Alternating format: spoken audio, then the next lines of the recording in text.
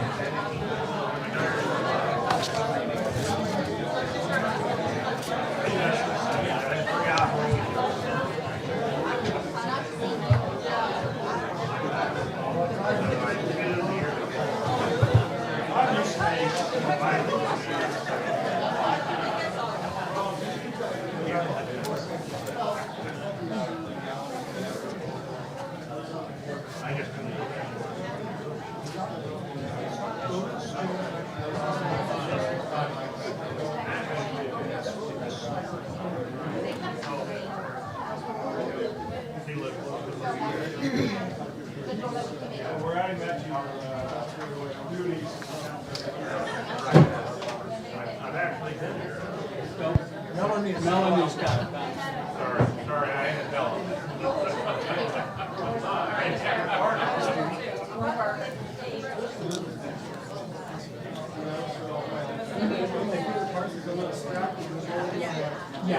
Yeah.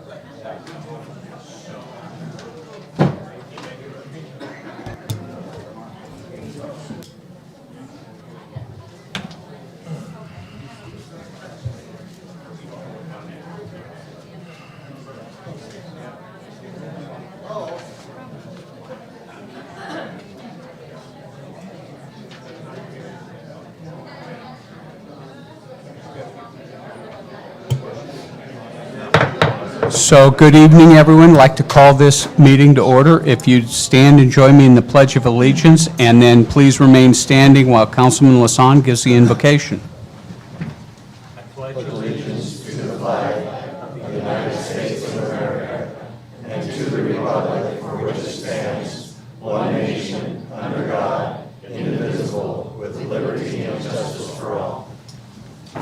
Bow our heads in prayer. We come before you, God, and praise you for all the blessings you shower upon us each and every day. We praise you for the blessings you shower upon this town. And we thank you for the ability to have these discussions this evening and allowing all of us to participate in the democratic way of discussing these issues. We thank you for the rain that's come that will reduce our fires. We pray for wisdom as we debate these issues before us. And we ask that you protect our first responders. It's in your name we ask all these things. Amen. Amen. Melanie, roll call. Roll call. Councilmember Bullen. Here. Councilmember Culleton. Here. Councilmember Lang. Here. Councilmember Lassonde. Here. And Mayor Crowder. Here. Okay. Item 1E, Mr. special Mayor? recognition. Mr. Mayor, we do need to make an announcement out of closed Yes, session. if you would do that, Scott, from closed Sure. session. So the council went into closed session regarding item 2A through 2F. As to item 2A, the town council adopted resolution number 2026-17, a resolution of the town council of the town of Paradise approving a side letter to the memorandum of understanding with the Paradise Police Officer Association. The motion was made by Councilmember Bolin and seconded by Mayor Crowder, with a roll call vote being unanimous and approved in the affirmative. Copies of the adopted resolution and side letter are available at the town clerk's desk for public viewing. As to item 2C, there are two cases there. We discussed one of the cases. Councilmember Bolin recused himself related to a potential conflict of interest as to that one case. And as to the second case, we will need to go back into closed session after the regular meeting for that second item of 2C. As to all other items, 2B, 2D, 2E, and 2F, no action was taken, but direction was given. Thank you, Scott. So, item 1E, special recognition is awarded to sworn and non-sworn peace personnel and volunteers for their exemplary contributions to the department. Chief. Good evening, council. Once again, thank you for the opportunity to take some time at the beginning of the meeting to recognize our of the year recipients. And if you don't take offense to it, I think I'm going to You might want Back to you. to turn that on. turn around. Can you hear me now? There you go. Okay. I'm going to face the crowd this way if that's okay. I'm going to keep my eye on you, Woody. All right. So our officer of the year is Officer John Newsom. If you want to come on up and join me.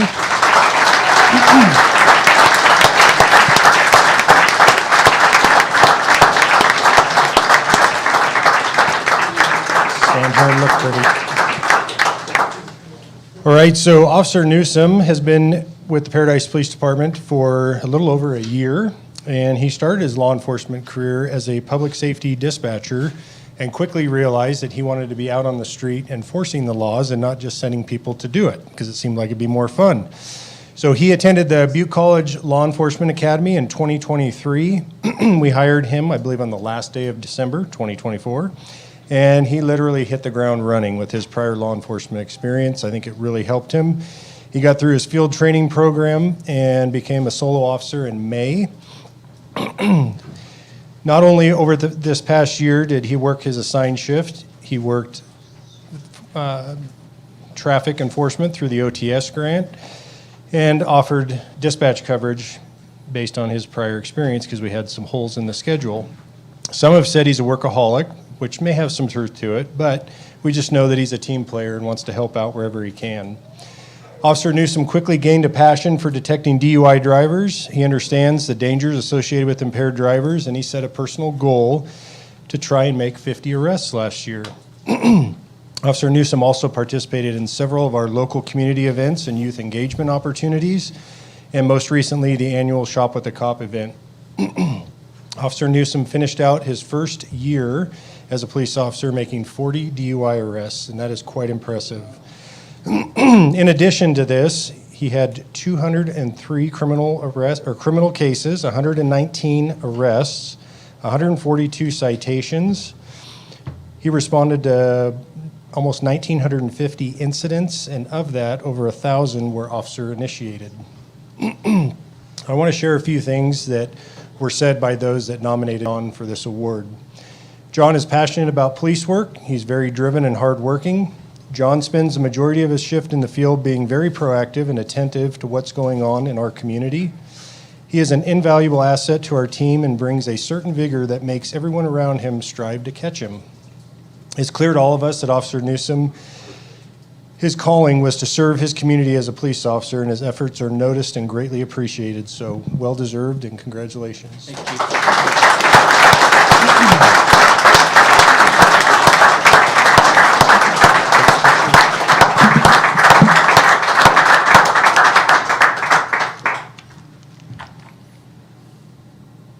All right.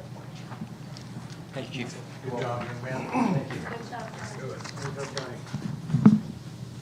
All right, next up is our dispatcher of the year, Larissa Parks. If you want to come on up.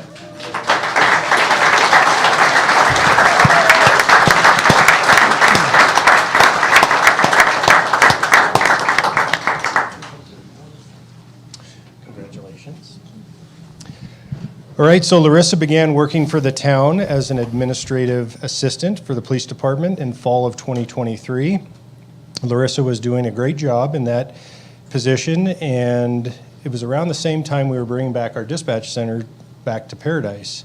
Larissa's interest was piqued in that position, and she wanted to be a part of making that transition a success, so we started the process to make her a dispatcher. So in January of 24, we made it official.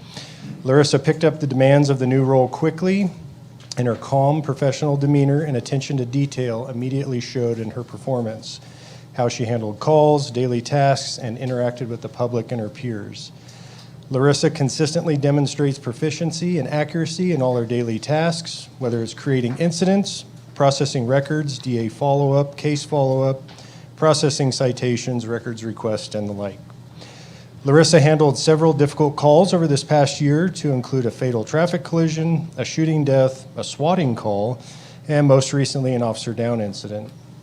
Although these incidents were difficult, Larissa demonstrated exceptional professionalism, composure, and the ability to manage critical incidents with precision and calm under pressure. Larissa, you are an invaluable asset to our department, a true leader in our communications center, and we appreciate you. I wanted to share a few things that your peers said about you while they nominated you. Every wild call for service this year was answered by Larissa. I feel lucky to have Larissa as a dispatcher. She displays strength, confidence, and kindness with all her callers. Larissa maintains calm, composed, and has proven that she is in the right profession. Larissa has handled herself with professionalism and remained mission-focused to a degree far above her level of experience, and we are lucky to have her. Congratulations.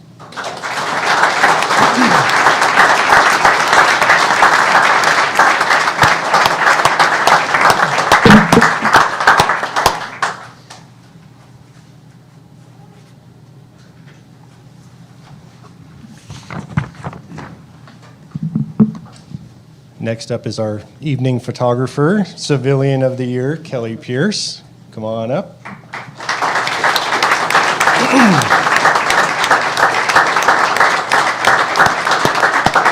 So Kelly is our new Larissa, our administrative assistant, and she joined us in May of 2024. And she has a strong background in retail sales management, accounting, payroll, and Human Resources, which you do not miss, right? I don't think it was Kelly's original intention to apply for a police department position, because when she walked into the interview room, she was a little taken back when Lieutenant Kovacs is sitting there, myself, and our HR manager. But she sat down and we introduced ourselves, and she quickly learned that she was interviewing for the police department. So Kelly overcame that quickly by sharing with us that her father served a career with the California Highway Patrol and that she thought it would be pretty cool to work for the police department. So since then, we obviously brought Kelly on board, and she's displayed professionalism, positivity. She's very hardworking. She's organized many processes and increased efficiency for our bill payments, outside training paperwork, receipts, etc. It's evident every day that Kelly strives for excellence and perfection no matter the task, and she's always willing to assist wherever she can. Kelly is the go-to person for anyone in the department, especially when they have budget questions or want to know how much money they have left before the end of the fiscal year. Kelly even created a spreadsheet that she could share with all of them, but they still come and ask you, right? Yep. So here's a few things that were said about Kelly when she was nominated by her peers. Kelly handles so much, yet remains unfazed and calm. Kelly is always approachable and willing to problem solve. She's highly motivated, organized, and proficient. Congratulations, Kelly. We appreciate you and everything you do for our department.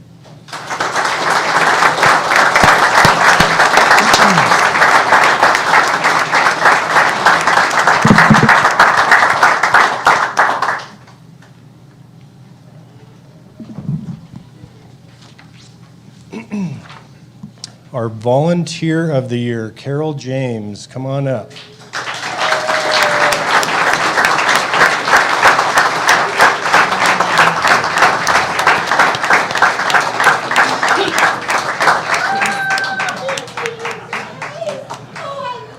Any guesses as to why?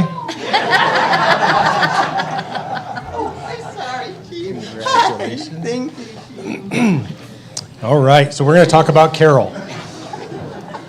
So Carol began volunteering for the police department back in January of 2024 and quickly made a name for herself as being one of the nicest and sweetest people in the building. You guys are so excited. Oh, I'm sorry. Okay. It's okay. Give me 30 seconds. So Carol volunteers in our front office at least once a week, but often twice a week. And during her time there, she may be greeted by her at the front counter. She processes lobby calls that require getting an officer, vehicle release paperwork, assisting various projects to support our daily operations and the office staff. And so it doesn't matter if you're young or old, happy or angry, Carol greets everyone that walks into the front lobby with a big smile, a positive attitude, and she brings a smile even to the grumpiest person that came in upset. So it's hard to get mad at her. So no one can get mad at Carol. She's just too kind and nice. So during 2025, she generously donated over 320 hours of her time to serve our community, and she also participated in our community events, and most recently was the Shop with the Cop event. Believe it or not, the kids loved her. So Carol, you're a very genuine person. We're happy to have you on our team, and I'm going to share a few things about what folks said about you. They're all good. She's an absolute joy to be around and lifts up everyone around her. Carol is a friendly face to greet people coming into the lobby, and it's never a dull moment with her around. I have never worked a day when Carol was not smiling ear to ear or eager to help in any way that she can. Congratulations, Carol. We appreciate you.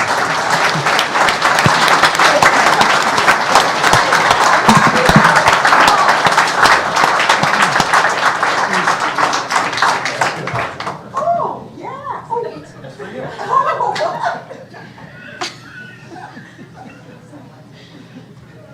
you. Woody has met his match.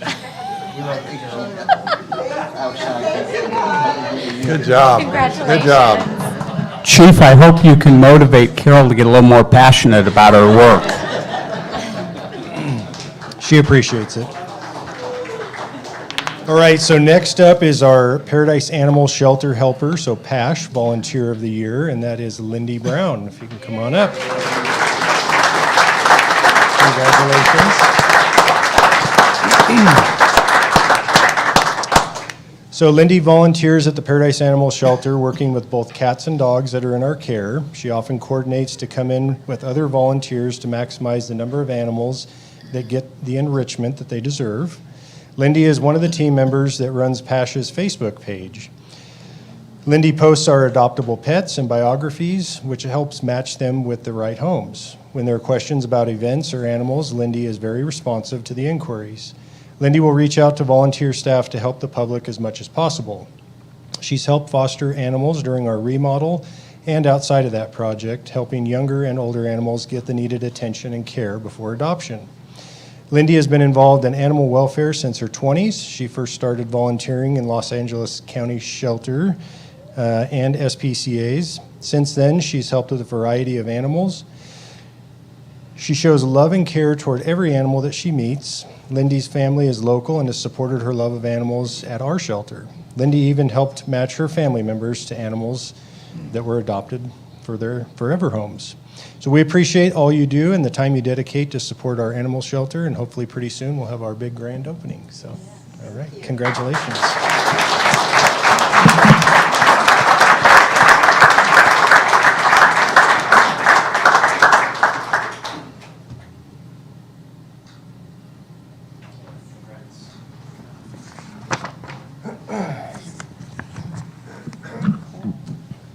So I have one more story to share, and this is kind of the abridged version because it's still an active case that's being prosecuted. On December 1st, 2025, at about 1:30 in the morning, Officer Newsom made a traffic enforcement stop on a vehicle for registration being expired in June of 2024. Officer Newsom contacted the driver and owner of the vehicle, determined he had never been issued a driver's license, and he had no vehicle insurance. During the investigation, Officer Newsom advised the driver he was going to impound the vehicle, and that driver made the decision to flee from the scene. A pursuit ensued. However, a short time later, it was discontinued for safety concerns due to dense fog and very low visibility. A few minutes later, Officer Newsom located that vehicle that had run off the road and collided into an embankment. When Officer Newsom arrived on scene, that person fled from the vehicle, and what do cops do? They chase bad guys. So Officer Newsom gave chase, caught up to the individual, told him he was under arrest, gave him orders. However, he made another choice, and he chose to fight with Officer Newsom. Forced him to the ground and ultimately rendered him unconscious. He fled the scene when he heard Sergeant Cooper and Officer Vanucci quickly approaching. Because of the dense fog and the limited visibility, it took them about 3 minutes to locate Officer Newsom, who was about 200 feet off the roadway. And when they got to him, he was not responsive. Sergeant Cooper and Officer Vanucci immediately requested medical attention, allied agency assistance, and help with locating and apprehending the suspect. Sergeant Cooper and Officer Vanucci had no idea where the suspect had fled, what he had done to Officer Newsom, if he was armed, nor did they know the severity of Officer Newsom's injuries. They began first aid assessments. They dragged him over 200 feet to cover behind their patrol vehicles to provide protection to him while waiting for medical and law enforcement support. Larissa, she was our solo dispatcher that night, and during this incident, unfortunately, to the chaos and limited communication, she believed that Officer Newsom had perished. Larissa never missed a step, though. She focused on what needed to be done to support the mission and immediately began calling in our officers and requesting mutual aid. Ultimately, within the first hour, dozens of law enforcement officers arrived on scene to support the search for that suspect, and Officer Newsom had been stabilized and transported to the hospital. The suspect was ultimately taken into custody without further incident. And for the sake of time, you get the short version of this incident, but I share this with you because I'm here tonight to recognize the great work of our officers and our dispatch team. And this incident could have really had a very tragic outcome if things weren't handled differently. So if you three will come up and join me, Officer Vanucci, Sergeant Cooper, and Larissa.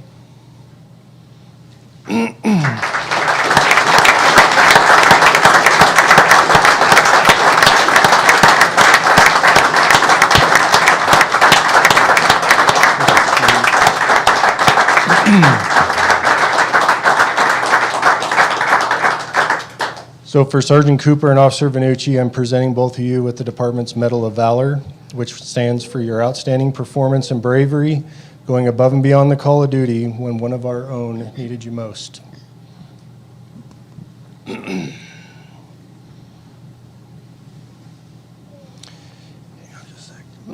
And for Larissa, I'm presenting you with the Chief's Commendation for your outstanding performance during this critical incident that has made a lasting contribution to the operations of our department.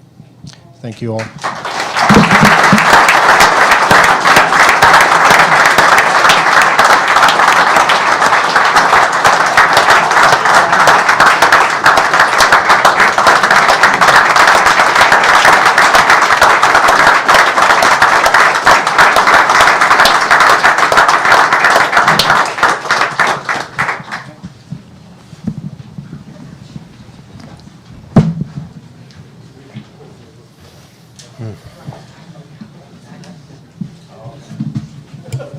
Congratulations, everyone. Thank you, Chief. Thanks, Chief. And one thing I've got to say, about 2 weeks after this incident, I had the honor to go on a ride-along with Officer Newsom. And true to one thing that the chief said that night, in about a 6-hour period, he arrested 2 DUIs. So keep up the great work. Back at it.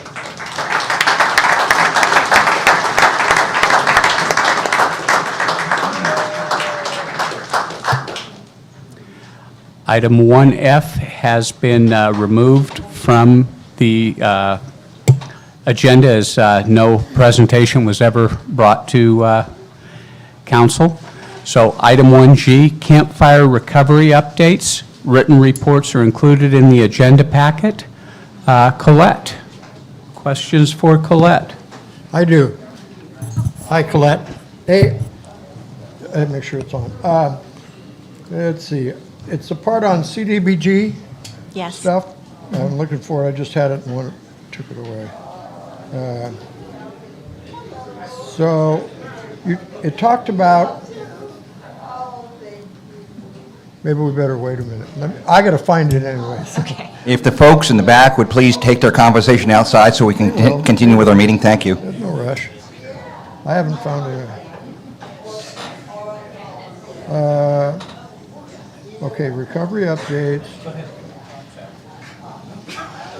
So it says on here that staff is working with HCD on the application for groups to become subsipients to do mitigation work in Paradise. What does that mean? Yes, excellent question. Good evening, Mayor and Council.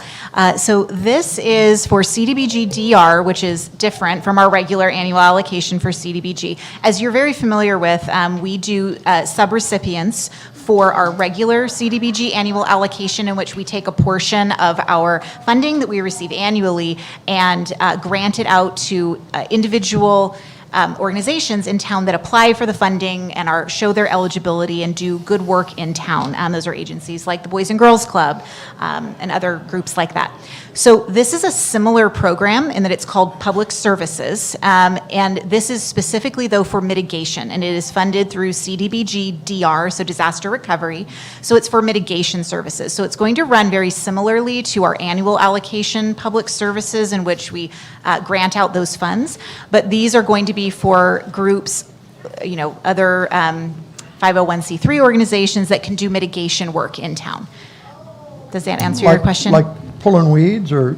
It could be that. So we're going to put out an application for groups to submit to us the projects they would like to do. Okay. And it could be something like that. It could be, defensible space work. It could be planting trees to mitigate for extreme heat. So there's going to be some good outreach to the public so they know? Yes, what- yes, okay, there will. cool. So we're still working Yeah, with I just HCD thought on the that's application. exciting. I only asked you that because I wanted the public to know that Yeah. this is coming, Yes. It's a good deal. We're Thanks. really excited about it. Yeah, it's a good thing.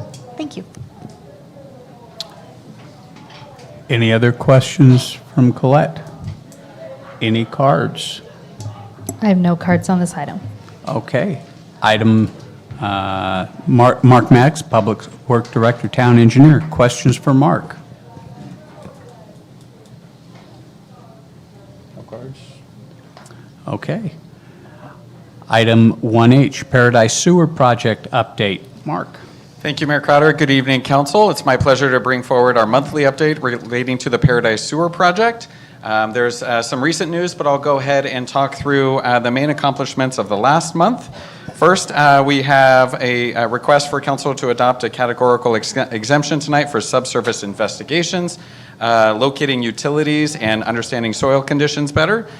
We did execute a professional services agreement with Carollo for the collection system and the wastewater treatment facility. We've also executed task order amendments for HDR for their continued service on the project, advancing the environmental review, as well as our owner's agent and staff augmentation services. We've been working through the funding avenues through the U.S. Army Corps of Engineers, as well as the Division of Financial Assistance at the State Water Board. We initiated tribal consultations in compliance with AB 52, and we've been ongoing work as far as the administrative draft of the subsequent environmental impact report. For the month ahead, we're looking forward to additional design work going forward on the collection system, on the treatment facility, work on the EIR. And on that note, this last week, we issued a media release and announcement the town has selected 2 sites for analysis in the subsequent environmental impact report. Those 2 sites are Skyway near Media Way and then Skyway near Crossroads. A part of the subsequent environmental impact report is to analyze multiple sites in addition to the no project alternative. So we want to give the public an early window into what will come forward in the subsequent environmental impact report, where in late April, we will issue a public notice that that document is ready, and the public comment period for 45 days really kicks off. We'll have some workshops, talk through all the updates and the impacts and concerns that folks are absolutely going to have, and allow us to make informed decisions moving forward. And so we'll have more to come. This is the month update. I'll have, again, another one next month. And certainly when that EIR is released, we'll begin a whole lot more public engagement and outreach then.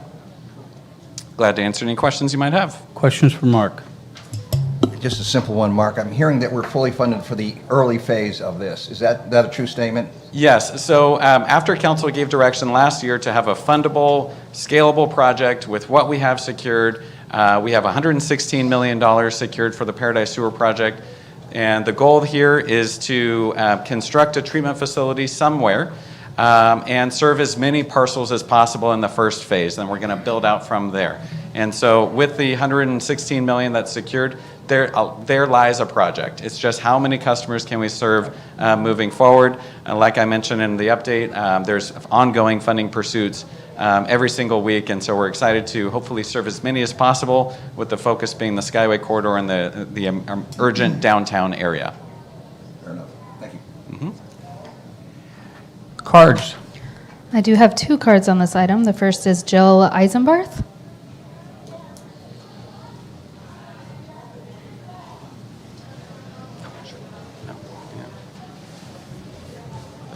Good evening, Mayor and Council.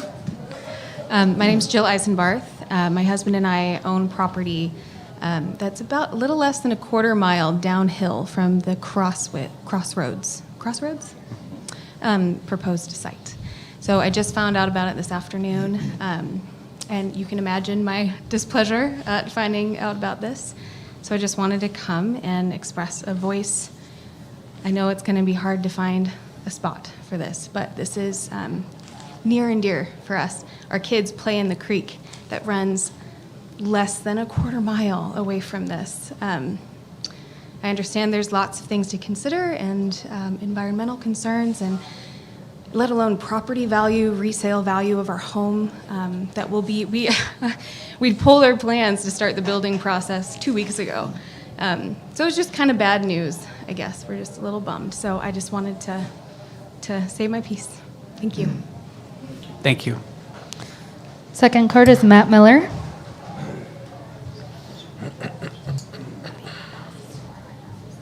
Mic check. Can you hear me? Thank you for the opportunity.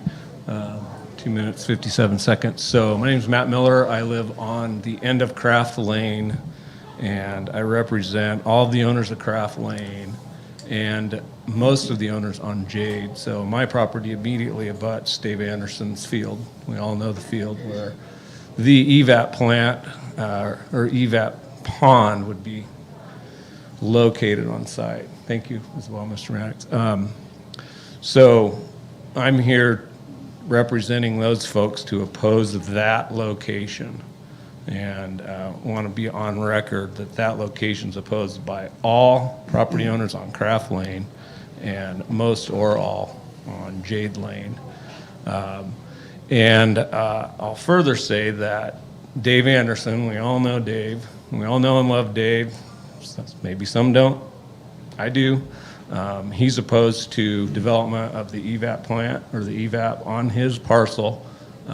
And I have that on record, you all have it on record as well, in the right of entry form. So Dave gave me permission to address the council tonight and let everybody here know that, as well as the public who may not know that at this point. So thank you, I very much appreciate it. We are opposed to that location. Although I will say all of the owners that I spoke with are in favor of developing Paradise into something wonderful and great. And we do respect that, the commercial district returning is a real critical element to us having continued joy on the ridge. So thank you for all you do, trying to get us there, and appreciate you. Thank you. Thank you. Any more cards, Melanie? I have no more cards on this item. Is there anybody else that didn't get a chance to fill out a card that'd like to speak on the sewer? There are 6 cards for 2I, which is also a sewer item that have Okay. been put in. So, hearing no more?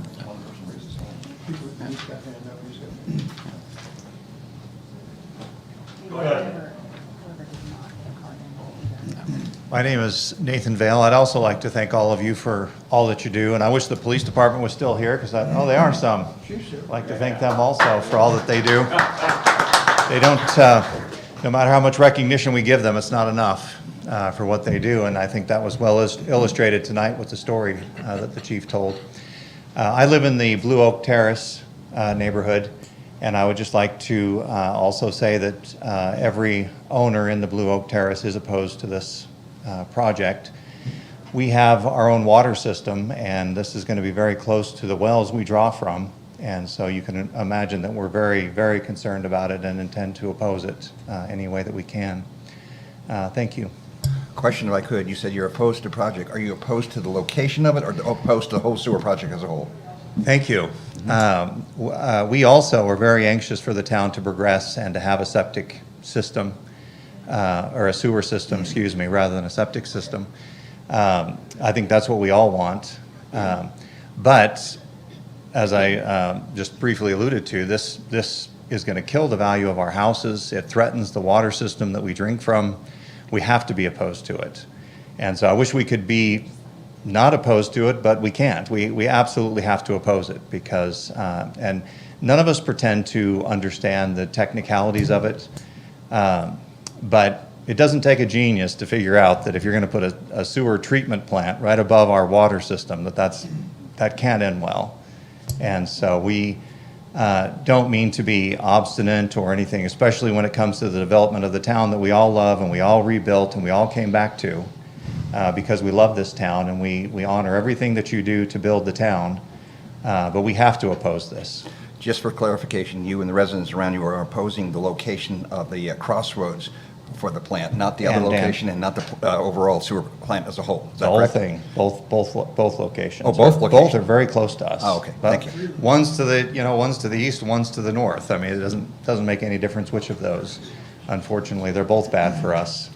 Thank you for whether that. it be property value or health. And so, thank you for all that you do, but we will oppose it any way we can. Thank you. Anything else there? Septic is right between. Thank you. My name's Mike Cosentino. I also live in the Blue Oak Terrace subdivision. Also want to voice my opinion as to not wanting the 2 locations that you guys have picked out. I'm not sure who picked it out. First off, that's the entryway into Paradise. I think that's just a horrible vision for anyone coming into a town that we're trying to rebuild, that you're going to drive into a septic system, a sewer system. Secondly, it is right above our water that we drink. We have neighbors. I've talked to a few neighbors from around the communities outside of our community. Everyone is opposed to the Crossroads location. There's just too many people around. And I'm happy to go door to door and get petitions signed and, you know, fight this to the end. And I'm not sure why we wouldn't, outside of money, push this down to either Neil Road landfill or, you know, there was talk of running it through Chico. I know that's all been squashed, but these two locations are just, in my opinion, and a lot of opinions of people that I've already talked to, just horrible locations, and I wish you'd reconsider it. Thank you. Okay. Item 2, consent calendar. Do I have a motion? So we do have cards for 2I. Okay, thank you. The first card I have is Brian Happ. Oh, we're going to do that now, okay. Okay. 2I. Good evening, council.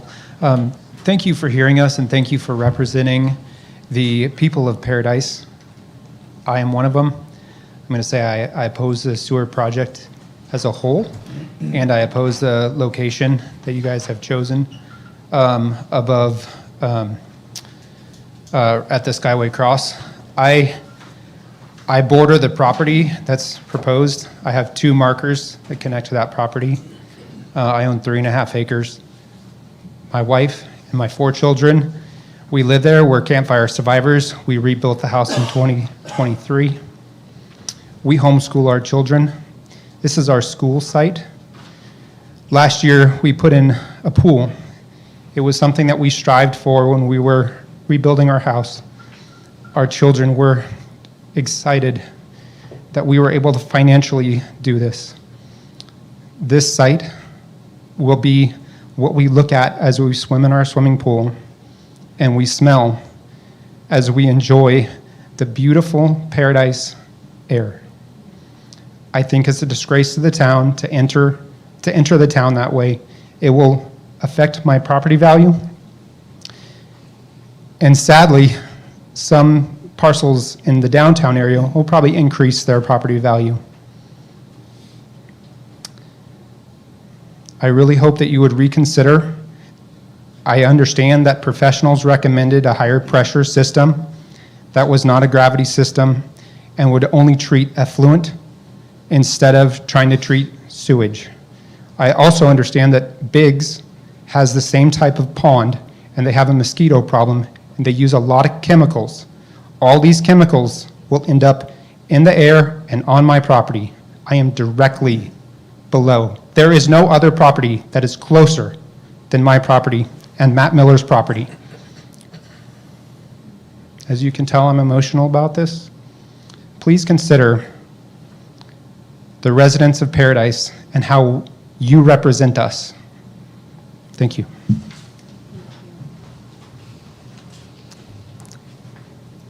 Next card is Adam Deepe. Sorry. Debbie. Thank you, town, for hearing us on this. I appreciate just the time. I want to apologize for not being more involved with the sewer project to start off, right? It was kind of sold as a downtown thing. We're trying to rebuild, get ourselves back up and going. Living down on Neil Road, man, we're the last spot to get roads repaved, underground, everything. So we're like, this isn't going to affect us. Well, guess what? Your decision is going to affect us a lot. We're going to be anybody that lives on that side of Neil, it's going to affect every resident in the town that lives on that side of Neil to be looking at this pond. I hope that you guys, I remember back in the day when Walmart wanted to use Crossroads and the fight that came up with that, and we didn't want to do that because of the eyesore it would create coming into town. Well, this is really going to affect property values. I look right at it. There's no getting around it. I just hope that you guys take into consideration when you look at putting the system in. I know there was other, like I said, I wasn't involved much. I know there was other systems that were proposed. I know money's a big deal. This is something that's going to affect not just my generation, not just your guys' generation, but all the way down to my grandkids if they decide to stay around here. I realize that it's going to help build the town back up, but at what cost? So I really hope that you guys just take a look, realize the impact of this decision is going to make on the people of the town. This town's never going to be a great booming industry town. It's a bedroom community, retirement community for Chico.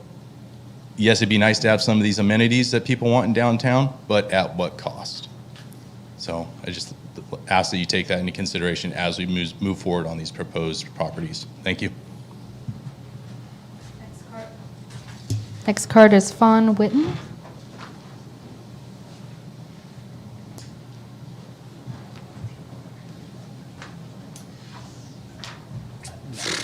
Good evening. My name is Fawn Witten, and my daughter lives on Bryant's Road, or right, Jade Lane, and she just bought the North California Ballet, so this is her new beginning of life. And so she would be looking right at it. Sorry, I'm emotional. And then my husband and I live down the road on Indian Springs Road, and we oppose all the garbage that would come with it. I agree with a lot of what everybody else said, but I'm not big on words, so I like what everybody said. Thank you.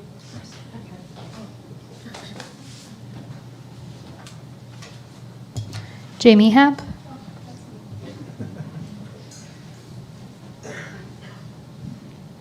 Hello, Mayor and Town Council. Thank you for hearing us tonight. I too live on Jaybird Lane, and my property, Brian is my husband. Our kids play in the creek down there. That's where they've grown up. And so much of that has been taken from them over the years.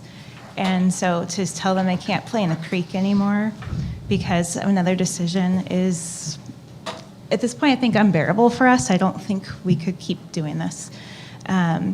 When I think of the town as a whole and what I'm proud of, I tell people, oh yeah, when you see the Town of Paradise sign, our house is right down from there. Now it's going to turn to, you see the Town of Paradise, and there's our crap pond. It's going to be on Paradise's front doorstep, and that's how we're inviting people to town. So if we're trying to help business come back, I think we have to think of curbside appeal.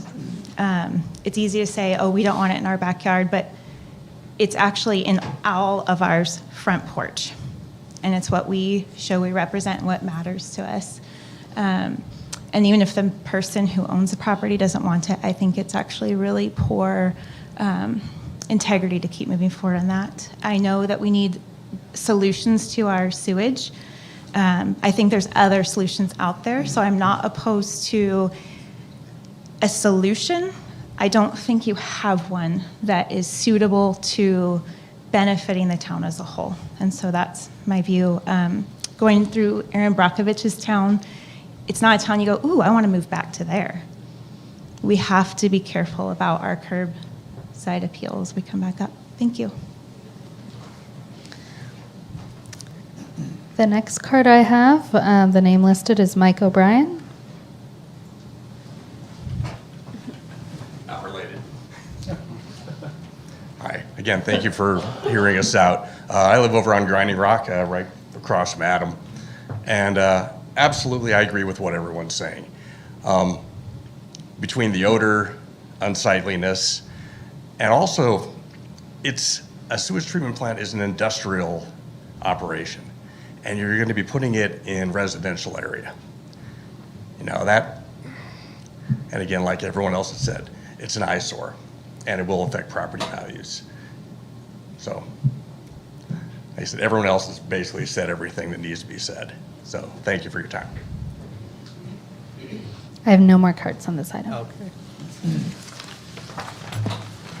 Mayor Crowder, if I may, I do want to point out for clarity that there are two sites pursuant to CEQA. There are two sites being analyzed, and this type of public feedback, we as staff and the teams working on this project absolutely recognize and empathize for this type of discussion. It's very challenging. For the purposes of CEQA, we have to analyze multiple sites in comparison with the no project alternative. And so a lot of the comments have been directed at the sites near Crossroads. There is a second site about 1.6 miles southwest of Paradise along Media Way. And understand that site is going to present its own challenges. And the purpose of CEQA is just that, to understand those challenges, including public sentiment and comments and controversy and impacts and odor and details about soils, cultural resources, artifacts, and all of that is going to be studied and presented in that subsequent environmental impact report draft.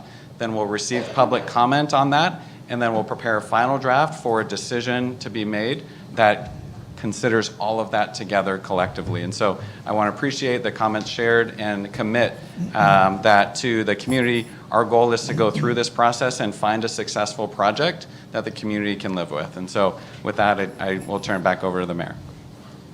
Thank you, Mark. Yep.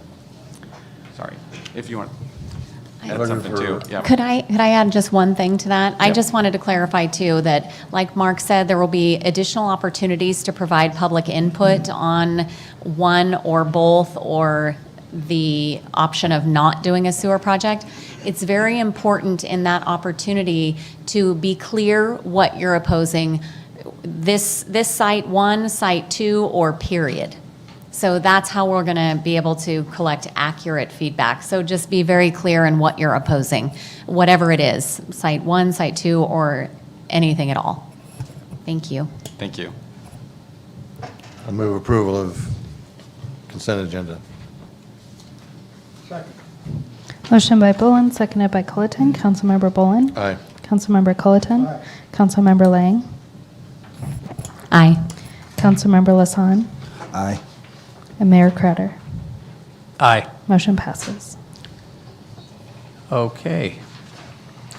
No 3. Item 4, public communication. Any cards? I do have 2 cards. The first is Jennifer Edson. Thank you. Okay. Hello, Council. Again, my name is Jennifer Edson, and I'm merely here to submit an appeal on a decision that was rendered last Friday, the 6th, 2026, on a complaint that I had issued back in August of 2025. It's regarding a cargo container. And since the Town of Paradise and the BRC website doesn't have an appeal form or appeal process, I am here to ask you, how do I submit my appeal? And if so, if it's just merely an email, I will do that, and to whom? Tony, is Tony here? Yeah. That'd be code enforcement, right? Yeah. That'd be Tony. Tony here? Lindsay. Well, I'm sorry. The decision fully exonerated the Code Enforcement Department. I was told in this decision letter that that they had no say, that it was based on a council decision. Okay, I'm sorry. I guess I don't know what we're Misunderstood. talking about then. Yeah.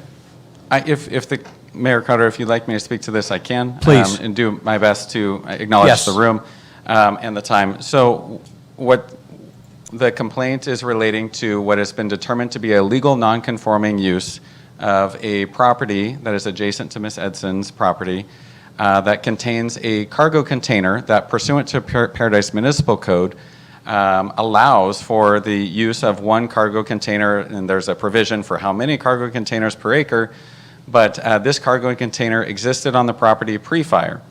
The structure was lost during the fire. The current owner of the property does not have an active building permit and is not building something back at this point, has intentions to. We initially started working on a code enforcement case to have the cargo container moved or removed, and that ultimately was based on an understanding that was not fully correct. The original understanding was, for example, if someone went to go put on a cargo container today and didn't have an active building permit, that would not be permitted. And so because of the fact that the cargo container existed on the site, while there was a legal use of that cargo container, is we cannot take code enforcement action on that cargo container right now because it's technically, from a legal opinion, as a legal non-conforming use. It is likened to example of a pool or a shed that was constructed pre-fire, that just because the structure was lost during the fire doesn't mean we can have that pool or shed now unpermitted and illegal and need to be removed. What we can do, and what I've communicated to Ms. Edson, is that the Community Development Director for Planning and Wastewater has authority to approve and properly address screening requirements that is applicable in Paradise Municipal Code for cargo containers, and that has been done. We've seen some increased screening on that issue, but this is a really narrow issue with a legal non-conforming use to a cargo container for a property with no primary structure. And so unfortunately, the answer at this point is that it's a legal non-conforming use, and I understand the public comment to request reconsideration or some sort of broad view or discussion about maybe that rule of legal non-conforming use being challenged or appealed. Is that correct? That is correct, and that's where I stand, and I'd like to appeal the decision. So, how do I do that? I have a right to appeal the decision. I am a party to the decision, and the actual problem is 300 feet within my property line. So I can just put it in an email and send it to someone if that is appropriate, but you do not have a process that is on your website in order to do so. Yeah, what I'm struggling with is this is sort of the reverse of what is normally done, which is when someone issues a citation for a code violation, they have the ability to appeal the citation. This is the decision that what is there is conforming with what the law is as a legal non-conforming use. The only thing that could be done is a request that the council consider phasing out legal non-conforming uses, which is something that can be done. It would require an ordinance to be adopted by the council. And you'd have to be specific as to which legal non-conforming uses can be phased out. You could specify that. I will tell you, there has been some litigation in this, not recent, but there has been some litigation in this area as to the phasing out of legal non-conforming uses, and most of them deal with, what is an appropriate timeline, most of them do not deal with what is an appropriate timeline, but what is an appropriate subject matter to do it. Most of the cases talk about reasonable timelines to eliminate non-conforming uses. It's something that if the council wants to consider, you would need to, raise that issue. We could research it, come back with some information as to what the case law stands for, what you can and cannot do, sort of what are the guardrails of that issue. But I do want to be clear, it would require a change in your municipal code. Yes, I agree with that. I've already done my research, and I already have my appeal ready to be submitted. No, not her. You're having a look at a container on your... That is correct. I have the same situation. Yeah, and I heard from even the code enforcement people who work at the department have their own situations with cargo containers. But you got to understand, this cargo container is keeping me from building my own home. I don't know how to position my home without having to look at it. Even Christmas pictures, it's going to be in the window. That's the problem. I shouldn't have to be able to look at it. And even if it is screened, it is not legally, the legal non-conforming use is not valid. That the council that he decided on is not a standing, it's not a legal standing. It really isn't. I've done the research, I have evidence. The code that Mr. Maddox even used, in that code, that ordinance, it does say that it is subject to current regulations. And I have proof, I've done my research. And mind you, this property was just recently sold 5 months ago. When you have a legal non-conforming use, if it changes ownership, it's gone. And that's what's happened in this instance. So the decision that you made in your letter last week, you're giving a legal non-conforming use to a new owner, and which should have already been revoked when the ownership changed. So I'm just going to leave you with that note, and just let me know where to submit my appeal. Thank you. You can submit an email to the town clerk, and she'll get it in front of the council to see if they want to take that up.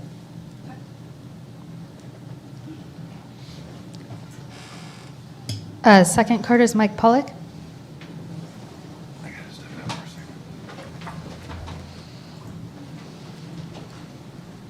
My name is Mike Pollock, and I have something on code enforcement too.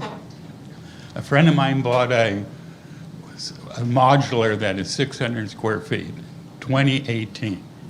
He moved it from from Orville to his lot that he had in Paradise, Burden Lane. He was having problems with code enforcement. They fined him. I don't know exactly what the whole story was. I ended up, he mentioned something to me. I bought it from him. When I bought it from him, I went to code enforcement. I told code enforcement, I'm going to buy a lot to put it on. Okay? So I ended up buying a lot up in Magalia. But when I took the plans over to Rancho, he told me that the roof structure wasn't strong enough because it's the snow load. So I went back to code enforcement, mentioned it to them that I was looking for another lot. Okay? So I secured a duplex lot for a house and the modular. I went in there and told them with the contract, I purchased this lot, I'm moving it as soon as I can. Okay? So between the time that happened and the time that I got a permit, I had talked to Tony in between. He said, and I mentioned something about the fines that he was given on the lot on Burden Lane. He says, we'll talk about that after. So after I got the plans and everything okayed for everything, took a long time between Rancho and the building department to get everything okay. After that, I went over to talk to Tony at code enforcement. He wasn't there. There was another guy there, I think Brian Griffin or Brandon Griffin or something like that. He was the guy in charge over there at that time. So I talked to him, mentioned everything. He said he would look into it. Okay? I never got a call. So after a while, I went back to code enforcement. He wasn't there. Tony was there again. I don't know why he was gone the first time, but he was back again. So when I went there to say, okay, I'm ready to talk, he goes, I never said that to you.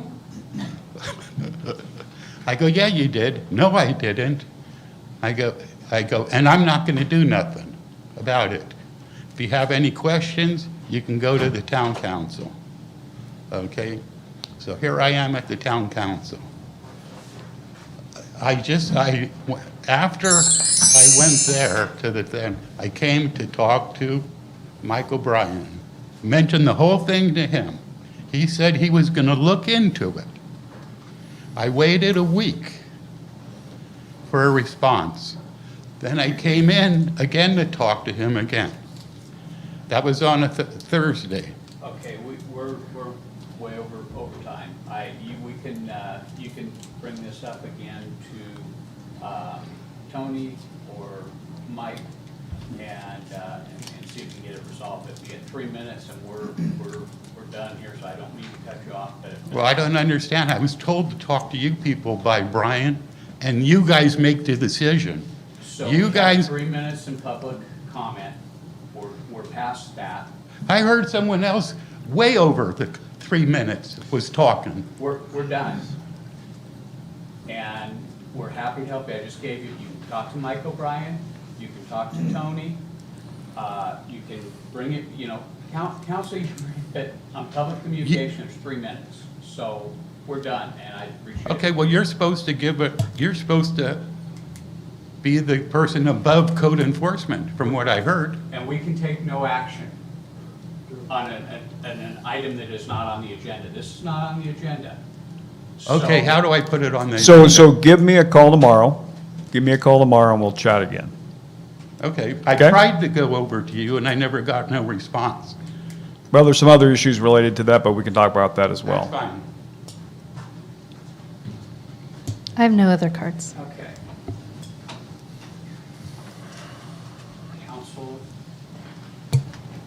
So, item 6A, consider adopting resolution number 2026-10, a resolution of the Town Council making findings concerning a sole vendor for entering the contract with BRINC Drones. Chief.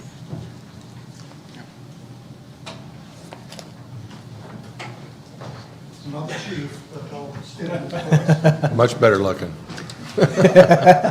Just kidding, I'm sorry. Well, we had the chief's better side earlier, so. Well, thank you, council. Thank you, mayor, vice mayor, and for allowing me some opportunity to share some information with you that we're hoping to get some direction on and give the town interim manager some direction on to moving forward with really an evolution of a project that we started a couple years ago when this council approved and directed us to begin our own drone program up here, which in the last couple years has been beneficial to some limited success, and we'll go into that here shortly. What I want to present to you today is something that's called Drones as First Responder, or DFR. If I could boil it down to the council and the community, would be that this program really is about getting information faster, reducing risk, and really utilizing our resources to the best of our abilities. And what this program can do is do just that. It's a program that advances our current project that we have, which right now we have 2 certified pilots that are able to deploy these drones in specific situations. Some call it a trunk deployment model, but what it is officers go to a scene, they see a need for getting different vantage point, so they deploy the drone, which requires that one officer to be consumed with operating that drone. As you know, our staffing on any particular shift is 1 sergeant and 2 officers. Well, that takes down 1 officer right there. Depending on the visual line of sight that's required, that might take an additional officer. So we're either calling more resources in to deal with that situation, or it's really not beneficial necessarily to deploy that drone. So the drone as first responders is allowing for what's called either remote piloting or teleoperating, which allows a device to be secured and mounted in a launching pad, let's call it, let's just say at the police station. When a call for service comes in, that device, that drone can be launched and sent to those locations at the push of the button. And with that, again, like I mentioned at the beginning, it just leverages the technology to allow us to receive information quicker to provide those officers with the information needed. Can I have a question? Yes. Does that have to be done by an officer? Yes. The drone flight have to be done by an officer? No, it does not. Okay. In regards to the drone first responders, really anybody who is trained to utilize the system. If they have the licensing or training, they can do that flight? Correct. There is some definitely obvious benefits to having an officer or a dispatcher operate it, because they are trained to know what to look for. Sure. And they're also already trained to know how to communicate on the radio system to be able to communicate those observations in real time. I'm going to be kind of going a little quicker through this just to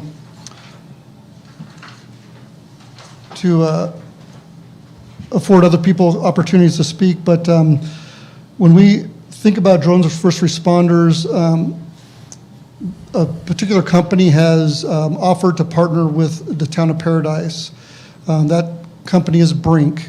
It's an acronym, and actually it's the initials of the founder, Incorporated, so BR Incorporated. Blake Resnick is his name.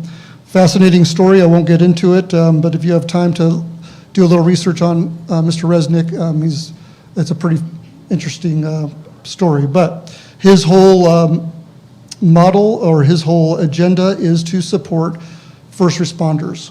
That's the only game he's playing, is that he wants to provide tools and resources for agencies, whether it be police or fire, to save lives, to assist in solving issues and reducing risks for those that are responding to those emergencies. Chula Vista is a community. If you go south from Paradise down California, right before you cross the border into Mexico, there's a community of Chula Vista.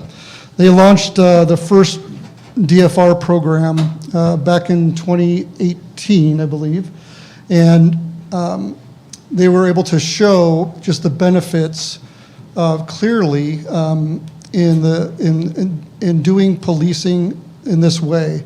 They have a public-facing portal that allows for the community to see real-time the amounts of calls for service they have compared to the amount of drones have been deployed to address those situations. A lot of the times, seeing about a quarter of the calls for service being handled and addressed by the drones alone, which allows for time saving for officers out in the field to be able to be deployed or dispatched to other calls for service. One of the big benefits of this resource will be the reduction of response times. In any given call for service, you can expect that the response time for a drone, especially in a town our size, would be within just a couple of minutes from the time the call taker gets the call and eyes are on that situation. Again, providing those responders real-time information. There's a couple of videos I'm going to show, just kind of showing this in action.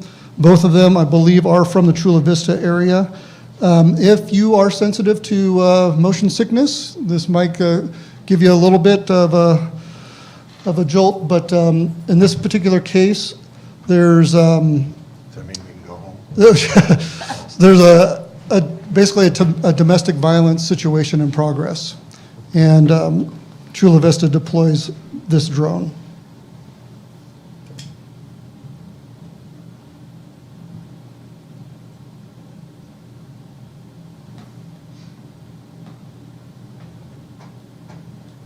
Chula Vista Police, 911 emergency. Yes, sir, I want to report domestic violence. And are you involved or are you witnessing this? No. Okay, what exactly is happening? A male and female, and one is in a motorcycle. They're just, I don't know, they're just going to hit each other with a car or something. I don't know. So right now you're hearing a call taker receiving a call from a community member describing what they're seeing. It's a white sedan, Hyundai Elantra, and white. Now you're hearing the actual remote pilot providing description of what he's seeing through the drone camera. On Parkway. Yeah, motorcyclist on the sidewalk.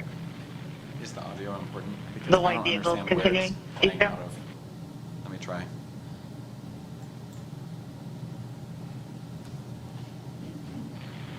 All right, there's southbound 4th Avenue from Parkway.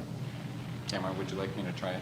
Well, I'll just kind of narrate if the audio is not coming out, but ultimately the drone operator is giving a play-by-play description to responding officers to this situation. Again, you have a vehicle chasing a motorcycle and trying to ram it off the road, essentially. The drone operator is able to provide all this description to responding units. All right, they're having a confrontation now in the alley.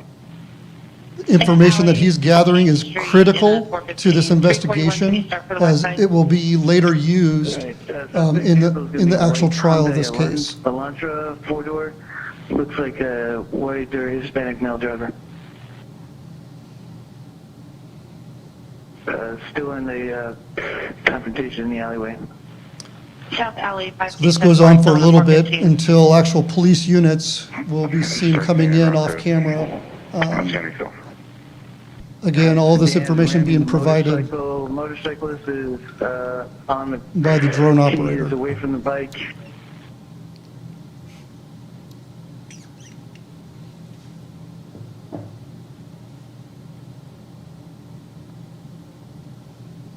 All right, motorcyclist is back on. He just got rammed, so we have a 245. Just 245 in with the vehicle. So again, this information is being collected, downloaded, and saved, and you're being utilized as evidence for this case to be taken to trial. There's a motor right now. So police get on scene. Ultimately, that turns into an arrest, obviously, but actually for both those subjects. The male in the subject happened to be riding a stolen motorcycle. So this is an example of just one of the powers of this early observation to be utilized to de-escalate really the response that officers might have to any particular situation that from the maybe the onset or the initial information, you might think one thing, but the reality of it after getting more information, more data from these observers will turn into something else. This was a call for service in front of a restaurant where somebody saw somebody sitting in the front of the restaurant with a gun, and it's an outdoor seating area, and he just seems to be sitting there enjoying his meal.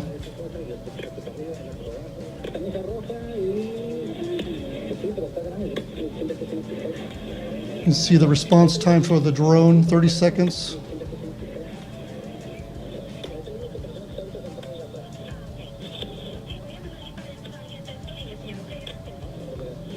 And we're not hearing it, but he's describing all this information to responding units. Holy smoke. I can see where that would be of concern.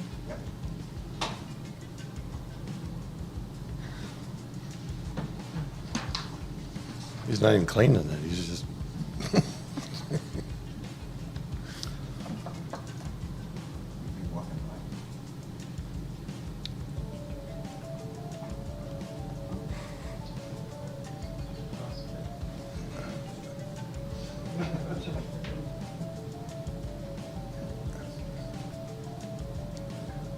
I don't think I'd be sitting there.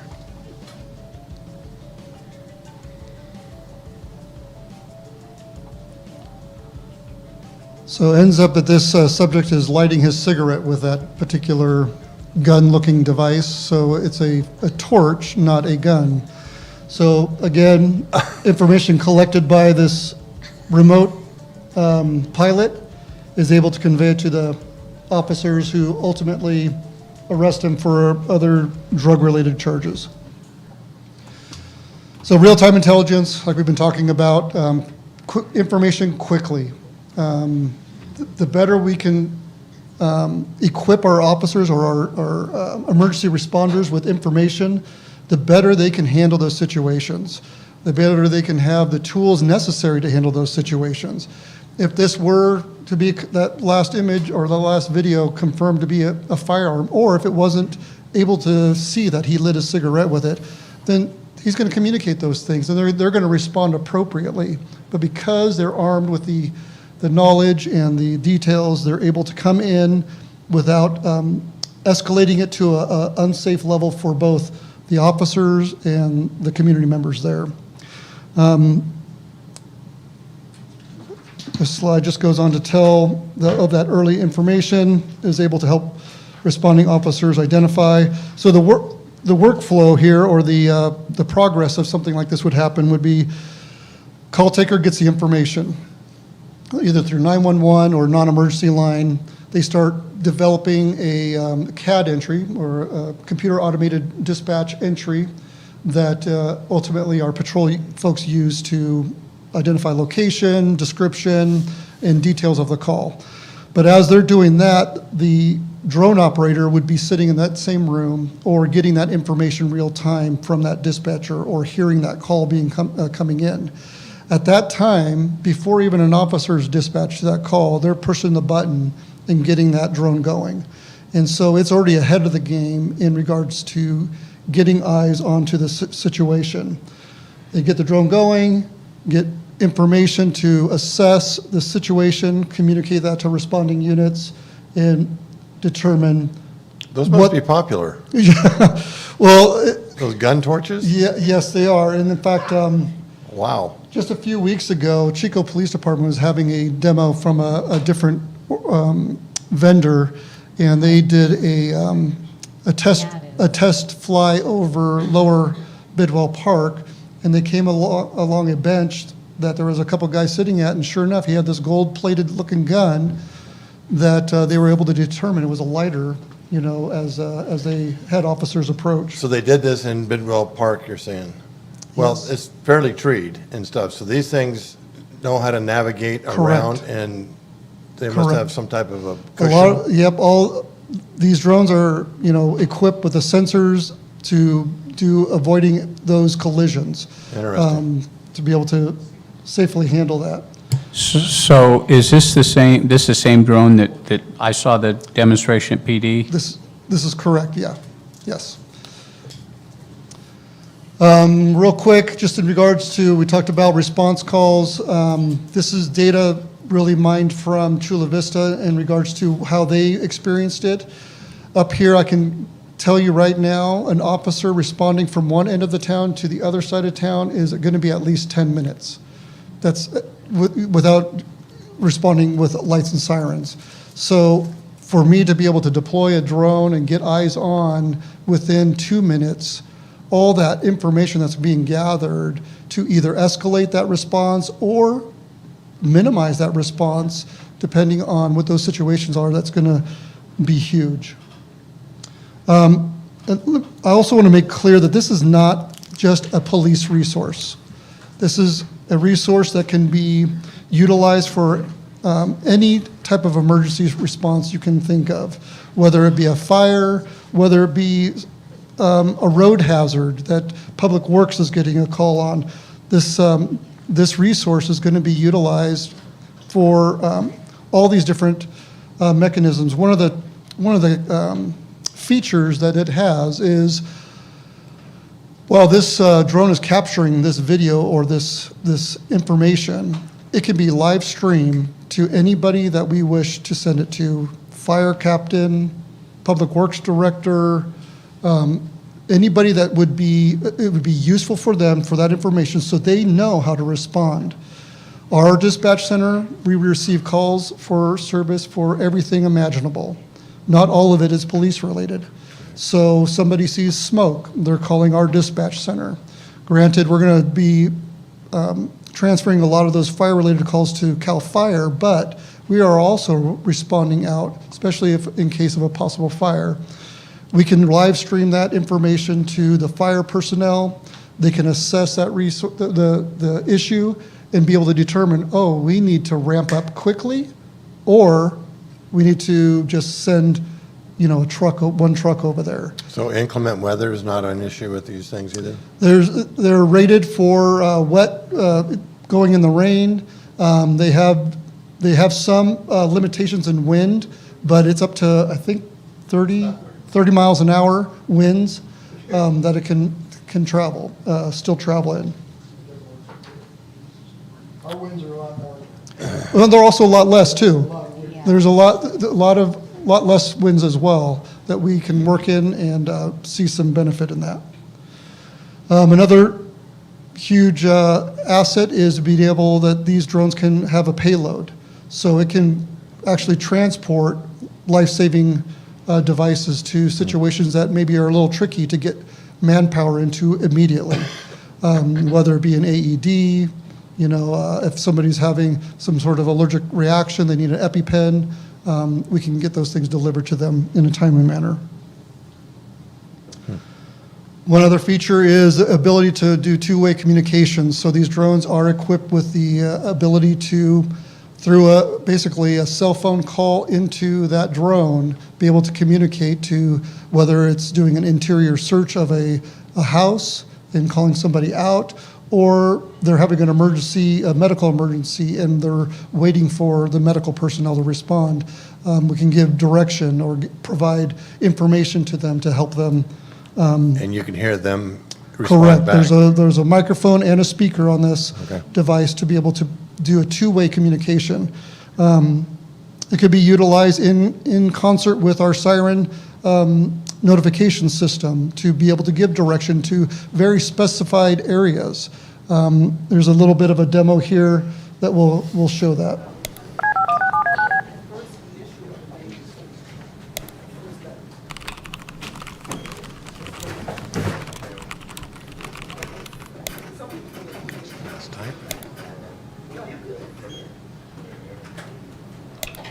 And again, if the sound is not coming through, ultimately there's Attention a... everyone.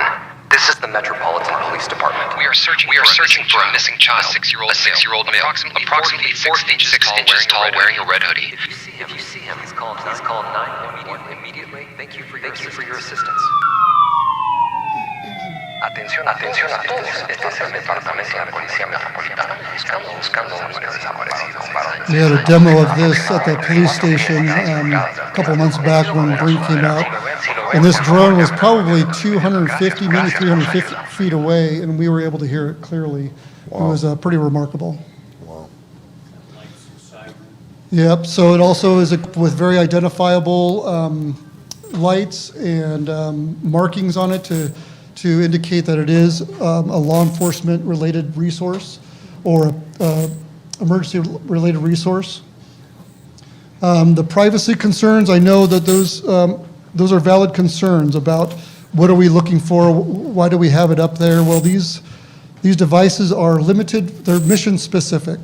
So they're related to a CAD call, they're related to an incident that has been created from the community to go respond to and to deal with. When it's launched, the programming and the device, the camera system is set on the horizon. And it stays on the horizon until it gets over the location to where then the operator or the remote pilot can start navigating the camera to zoom in and to deal with that situation. In the return back to its base, same thing happens. That camera goes to a neutral position on the horizon and it just flies straight back. All that data, all that information is captured and it is published on a public-facing site that would be run through the police department. We have that already up in play right now with our current program.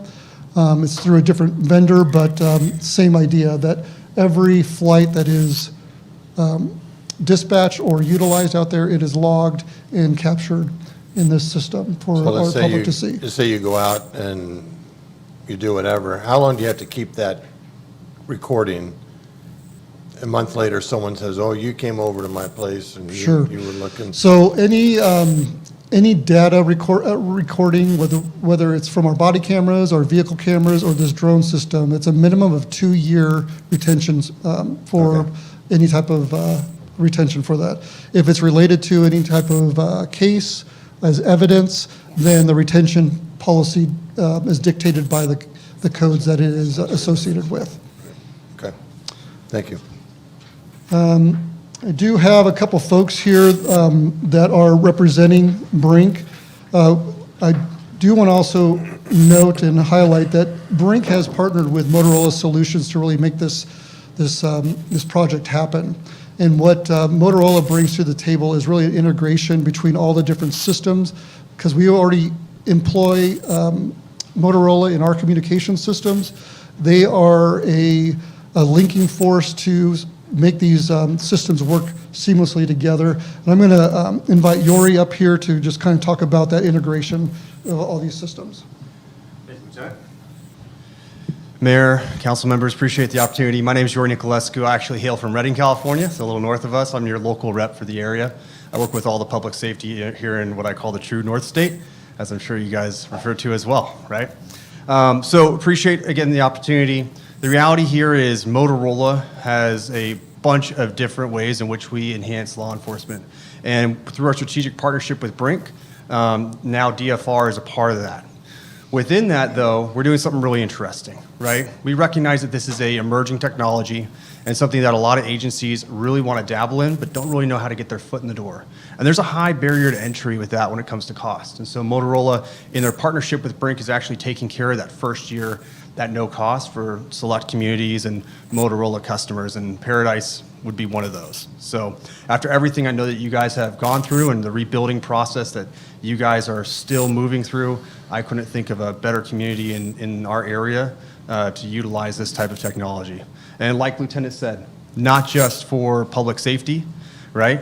But for public works, for fire, for the day-to-day and the mundane, right? Where you have a burglary alarm or someone just needs their house to be checked real quick.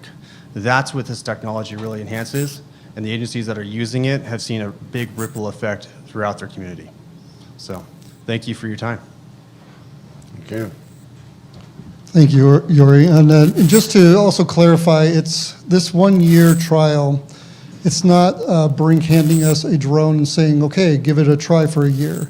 It's actually building the whole infrastructure to support that DFR. So they're going to build out the whole integration with our CAD. They're going to put up all the RF repeaters that are needed in the different places to continue that communication between the drone and the pilot.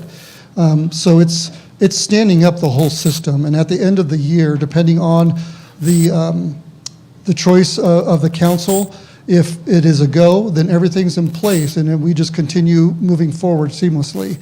If it's not a go, then they come, they collect their toy, and they go back home.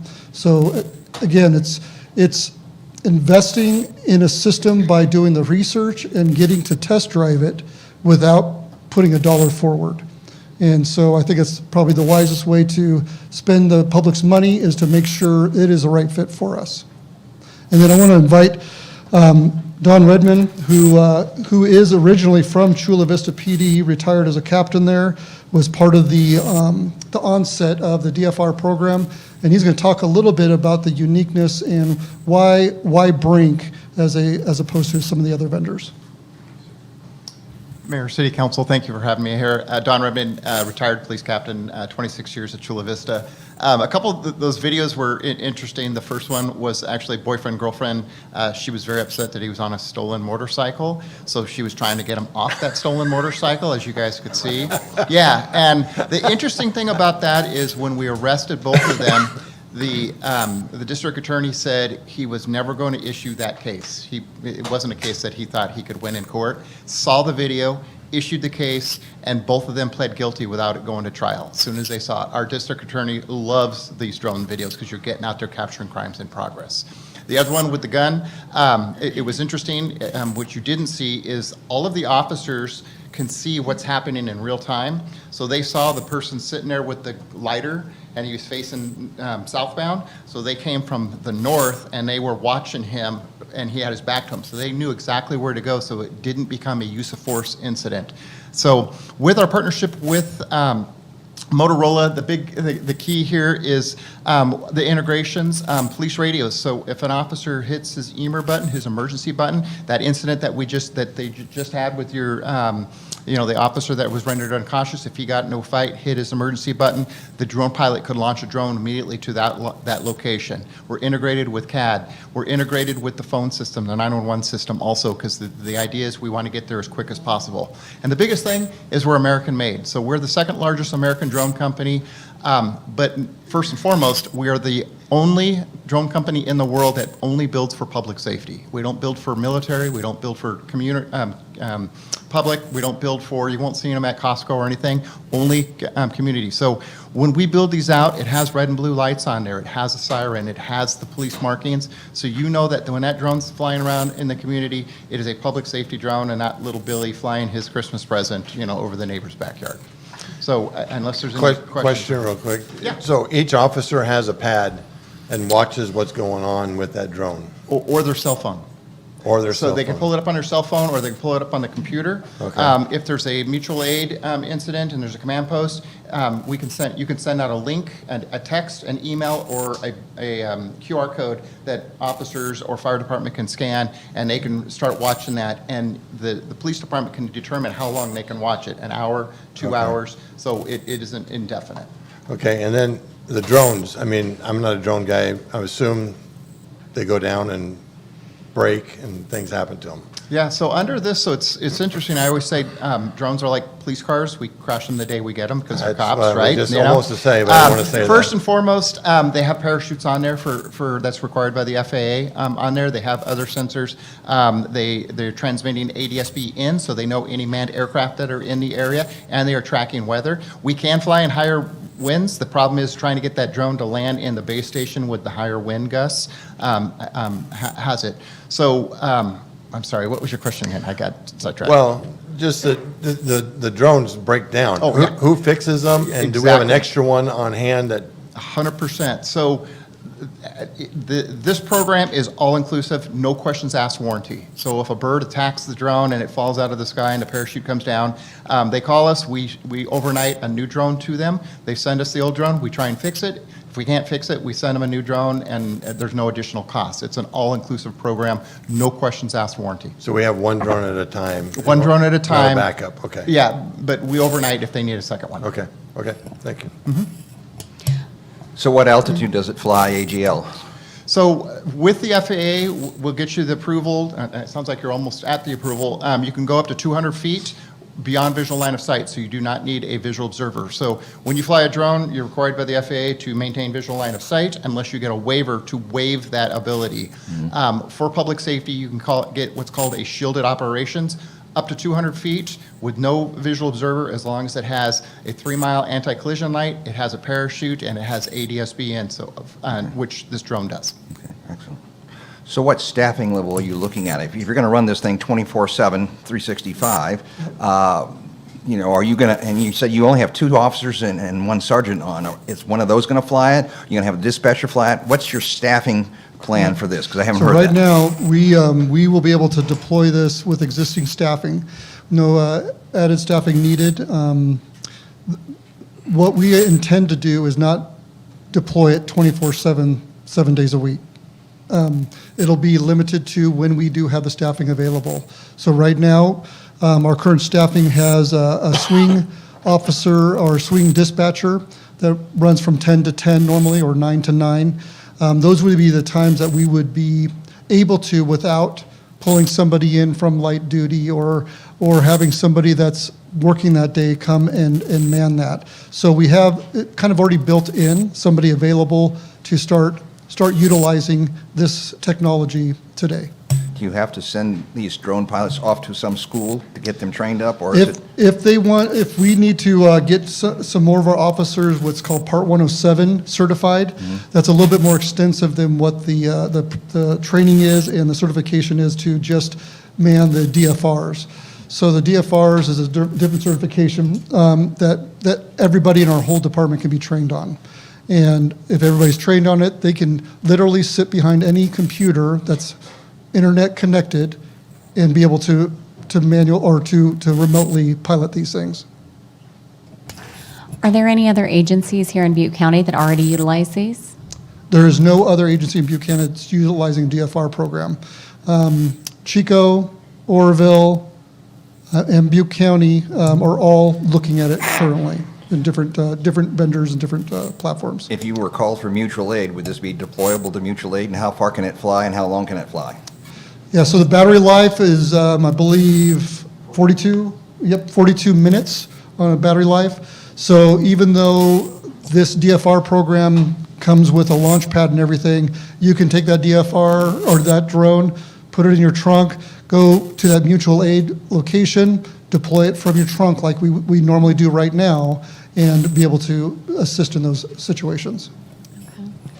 And I see in Exhibit A where it outlines the cost range in the eventuality that we were to enter into a 5-year service contract. What is the difference between the $350,000 to $430,000? Is there like fine print, or what does that? Let me give this real quick here. This is the cost benefit analysis.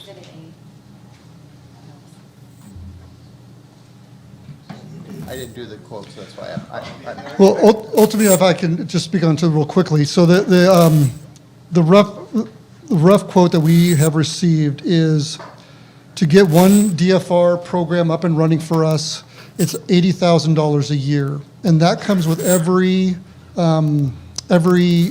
guarantee, every replacement, repair. So anything happens to that drone, it's all included, which is similar to what this 1 year period that we're going to have is right now. Everything's included, the whole bundle. So there are 2 different waivers. I'm looking for my. So that's 5 years at 80,000 is what you figured. I mean, that's the numbers come to that. Correct. So, Right. so it's going to be basically utilized for 6 years because we'll have 1 year for free.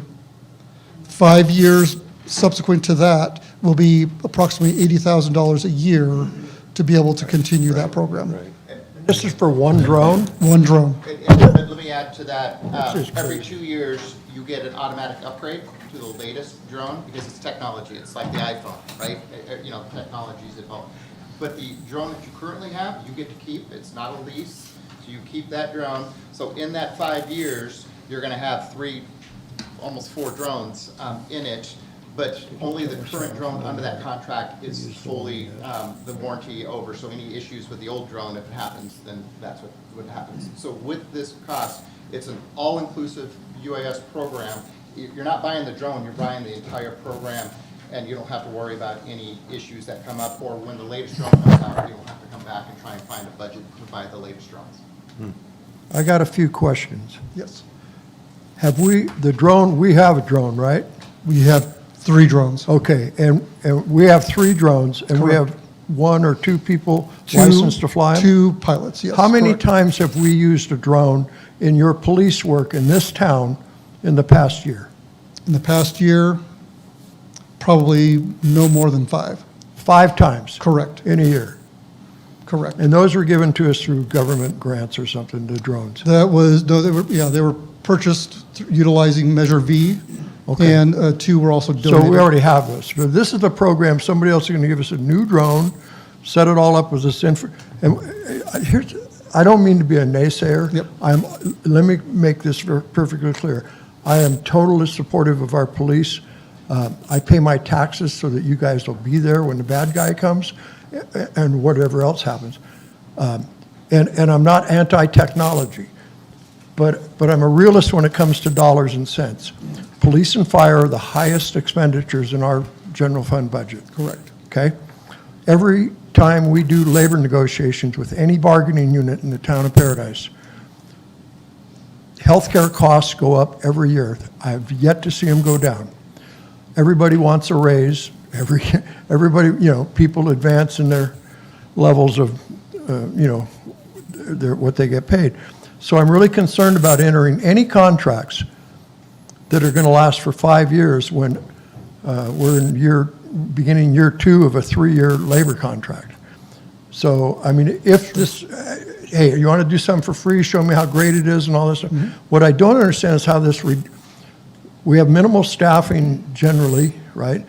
And so we're going to take, somebody has to be dedicated to do this. It's not like we're buying somebody that is going to fly it remotely. So that's one concern. I don't see how it really, I get the safety things, and you might know some. The fact that it takes 10 minutes to get from the upper end of town to the lower end of town, I get that. We have the same kind of issues with our ambulance corps in this community.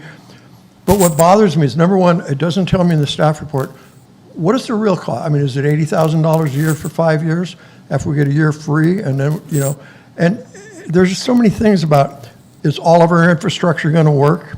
I mean, they're going to, if they provide all this extra infrastructure, is there a bill for that after the first year? No, okay, that's all free. That's good to know. And that was one of the questions. Is everything that we have that we just upgraded, is my IT department, is it all going to work, I just have a lot of concerns about that. As a taxpayer, when I call 911, when I have a heart attack at 81 years old, hope I don't, but if I do, I don't want a drone showing up with a AED. I want a medic showing up. And the other concern, Public Works, if they see a road hazard. So if you, in your budget, have this $80,000, how is Mark's Public Works Department going to know there's a pothole that needs to be fixed? I mean, is this going to be other departments are going to have to chip in to pay for it? I mean, how are you going to share that information? You know, I mean, those are concerns that I have. I mean, it's hard to get PD to go out on a weekend and stop somebody from, you know, to do the work of my code enforcement because they don't work on weekends, you know.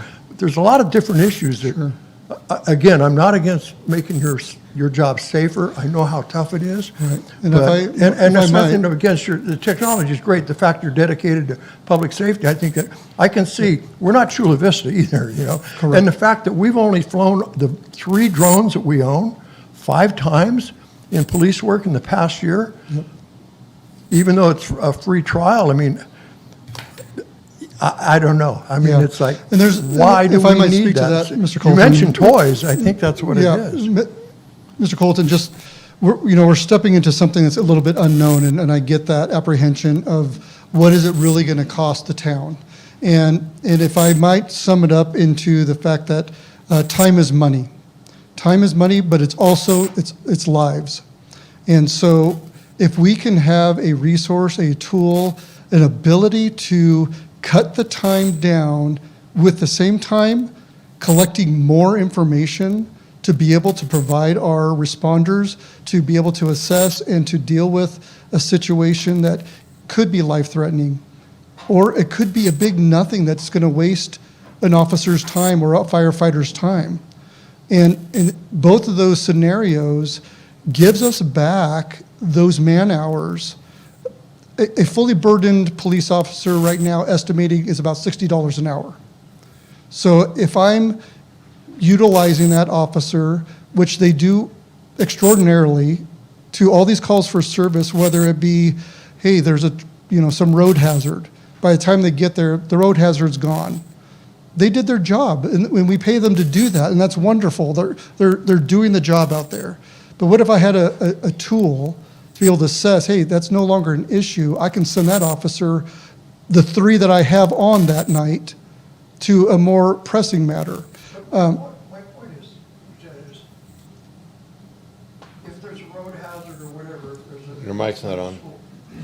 Your mic's not on.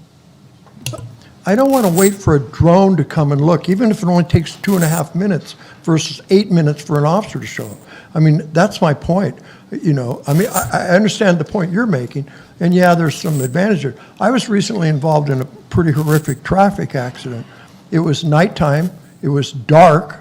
It was on Highway 70, and my wife was pinned in the car, and I didn't get hurt other than a shock. And it took a while. I have no idea how long it took. It seemed like forever for anybody to show up other than the people that were behind me or the truck driver that I ran into. But, you know, for that ambulance to get there and all of those things, it took time. You know, a drone wouldn't have done me a damn bit of good that night. Not a bit of good. Well, or it could have assessed what exactly is needed for that I need situation. somebody to be there to deal with it. I And need I don't somebody think, to assess it. what I'm not Somebody trying to looking at the communicate computer. is to replace I'm sorry, officers. I just... Yeah, I'm not I saying. think it's a good idea. I'm Yeah. not going to be against a free trial. I just want you to know that funding-wise, with money and everything, because of what we go through when we do budget negotiations. Yes, absolutely. You know, I don't want to see us commit to anything beyond that. Yep. The key thing I like is the free trial. The fact that a year from now, you're going to bring us data to see whether it was actually worthwhile. And then we can have the discussion, what do you want to know? What's the return on investment of $80,000 a year? We don't know that today because we don't know how you're going to utilize it, but we will know that towards the end of the year Correct. trial. And that's what's good about it, and I really appreciate Brink putting that in play, that allows all the infrastructure to be built, the drones to be deployed, the training to be delivered, and our ability to assess the value of it. If it doesn't have a value to the town, we're not going to spend it. It's Very that good. simple. And so if I may jump in as well. So I just want to be clear, and I heard Lieutenant Kovacs say this. This is not to replace boots on the ground. It's to enhance our boots Correct. on the ground. And I think we'll have a pretty good idea after that first year what this provides to this community. And for some reason, if it's not, and I think it will be, a real benefit to our community, then you don't have to continue with the contract. But if it saves one life, one life, and I don't care if it deploys 4 times or 40 times, I will tell you it is worth it. So I have the drone, I'm not familiar with the drones we currently have. I did come to the demonstration of these. I assume there's quite a difference between the ones we've got and these. Very much so. I don't think, ours don't have the ability for the two-way communication. That's correct. Just kind of funny, when I went on the ride-along, we were at the station, it was raining, and a call came in about gravel in the road, and down off, ways down Clark. So one of the officers took off, went down there, and yeah, there was some gravel there. It had washed out, wasn't a big deal, but it did take them away to go check. So again, even at night, this is something that this could check and see, and maybe you wouldn't have to send an officer? Yeah, absolutely. But, also know the reality of it is that whatever that remote operator is looking at, they might not be able to assess it completely. And so we're going to send somebody anyways.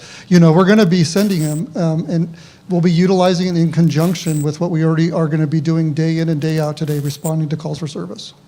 So we have a lot more darkness in wintertime than Chula Vista, but I'm assuming the night vision is very good on these. Yes. It has thermal, yes. Okay, Yeah. thank you. No problems with that. Okay. Aren't you guys, this is a Woodyism, okay? Aren't you guys worried we go from police officers with drones, at some point we're gonna have robots? Sure. You know what I mean? The technology is getting so crazy. Right, and we're not really making that big of a leap. We've already, like you already recognized, that we've been deploying the drones for the last couple of years now, and very limited, right? But we're utilizing them. They're a tool, they're an asset, and this is not just a big leap, it's just the next step. It's the next part of the evolution of this.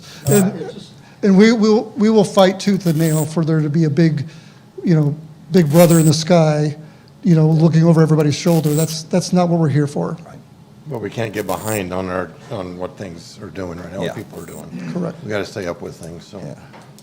Do we have any, do you have a motion, or do we have any cards? One more question if I could. Yes, sir. Do you have a list that I can sign up to be a volunteer drone pilot? Maybe. Okay.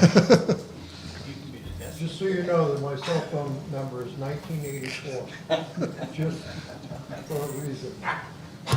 Any cards, Melanie? Thank you. I have no cards on this item. I move approval. I second. Motion by Bullen, seconded by Lasan. Councilmember Bullen? Aye. Councilmember Colleton? Aye. Councilmember Lang? Aye. Councilmember Lasan? Aye. And Mayor Crowder? Aye. Motion passes. Thank you guys very much for what you're doing. Can I fly it? Please, no. Crash it. They don't have that kind of warranty. Okay. 6B, consider approving the corrective action plan for the 2025 Building Division. Mark? So I'm going to jump in, if I may, Mayor. So good evening, Mayor, Vice Mayor, and Council. It is always my privilege to address you as your interim town manager, and I would like to provide a preliminary statement on this item before our Assistant Town Manager, Mark Maddox, speaks to the details. First, and obviously, this has been a difficult and contentious issue for this council, community, and staff. I get that. And I came into the situation right in the middle of the firestorm, after many decisions had already been made. As such, my job was to determine a clear direction for this difficult situation, a clear direction that would move the town and our building department to a place where we all wanted to be. And I believe this corrective action plan does just that. I also want you to know that I came into the fray without an agenda other than to do the right thing to the best of my ability for this community. I want to acknowledge that the hiring of Josh Pino, our auditor, was an excellent decision, as he provided a viewpoint and a perspective that I and staff could use moving forward. He also did not have an agenda. Josh had many recommendations that we were able to implement immediately, like boots on the ground training for both our intake and field staff, as well as identifying a single department head ombudsman for the building department and community. Unfortunately, that individual had other commitments that would not allow for a continuation of those services. To fulfill that important role, I had different options. One option was to hire another outside consultant, typically at about $400 an hour. But another option presented itself when two things happened. First, I promoted Mark Maddox to Assistant Town Manager. Very pleased and proud to do that. And you approved 5-0, so thank you for that. Second, Mark, on his own volition, created an outstanding corrective action plan that is before you tonight. Because of that promotion to Assistant Town Manager, Mark now oversees the building department as part of our new organizational structure. At the time of the audit, that was not the case.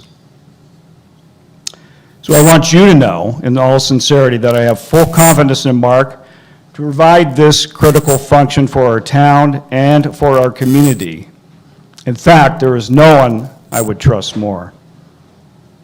That is why I am recommending Mark and the proposed corrective action plan for your approval to move us forward.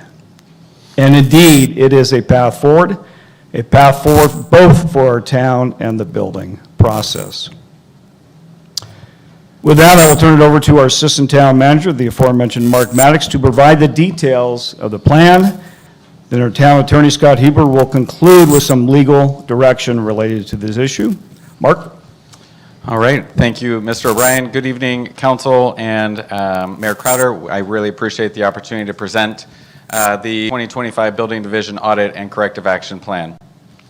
So for tonight's item, I have a quick agenda, but the item might be a little long, so please bear with me. But I think this is something so important to our community to ensure that there is confidence and trust built into the improvements being recommended and actions that we are taking to follow through on this commitment. So this is going to be time well spent, but what I am going to do is walk you through the actual CAP itself. There's no better way to summarize it than to look at the actual document and the framework, as well as the recommendations and the implementation efforts so far, and the efforts still to come, followed by an overview of the timeline and next steps. Then I'll go through some of the questions we've received so far relating to the CAP as this item was published, and so I want to address those. If there's any questions on the answers that I have here, I'm glad to go back to the CAP and point to where those questions are addressed in the document.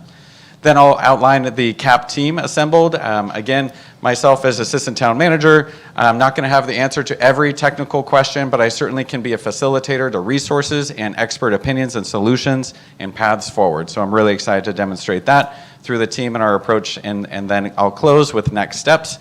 If this item is approved, we do have an action plan for tomorrow where we can start beginning this process to gather information from the community and help expand the work that's been done so far. All right, so I will load up the corrective action plan itself and start walking through it. So the goal here is we'll continue to, again, provide updates to this document where you can compare what has been done, but it lays out with a cover page and a table of contents. But I'll first go ahead and start with the statement of purpose and community commitment. I'm going to read this one because it is so important. The Town of Paradise recognizes that homes represent far more than structures. They reflect safety, stability, financial investment, and a sense of security for individuals and families rebuilding their lives following the 2018 Camp Fire. For a community recovering from such a profound loss, concerns raised regarding the construction quality, permitting, and inspections are taken seriously because of the real and lasting impacts that deficiencies can have when expectations of safety and reliability are not met. Responsibility for construction compliance rests with builders and design professionals. However, the town acknowledges its essential role in administering building permits and inspections intended to promote safety, consistency, and accountability. When concerns are brought forward, whether through formal complaints, public meetings, or other channels, they provide valuable insight to how systems are functioning and where improvements may be needed, particularly in a rebuilding environment marked by urgency, complexity, and heightened community expectations.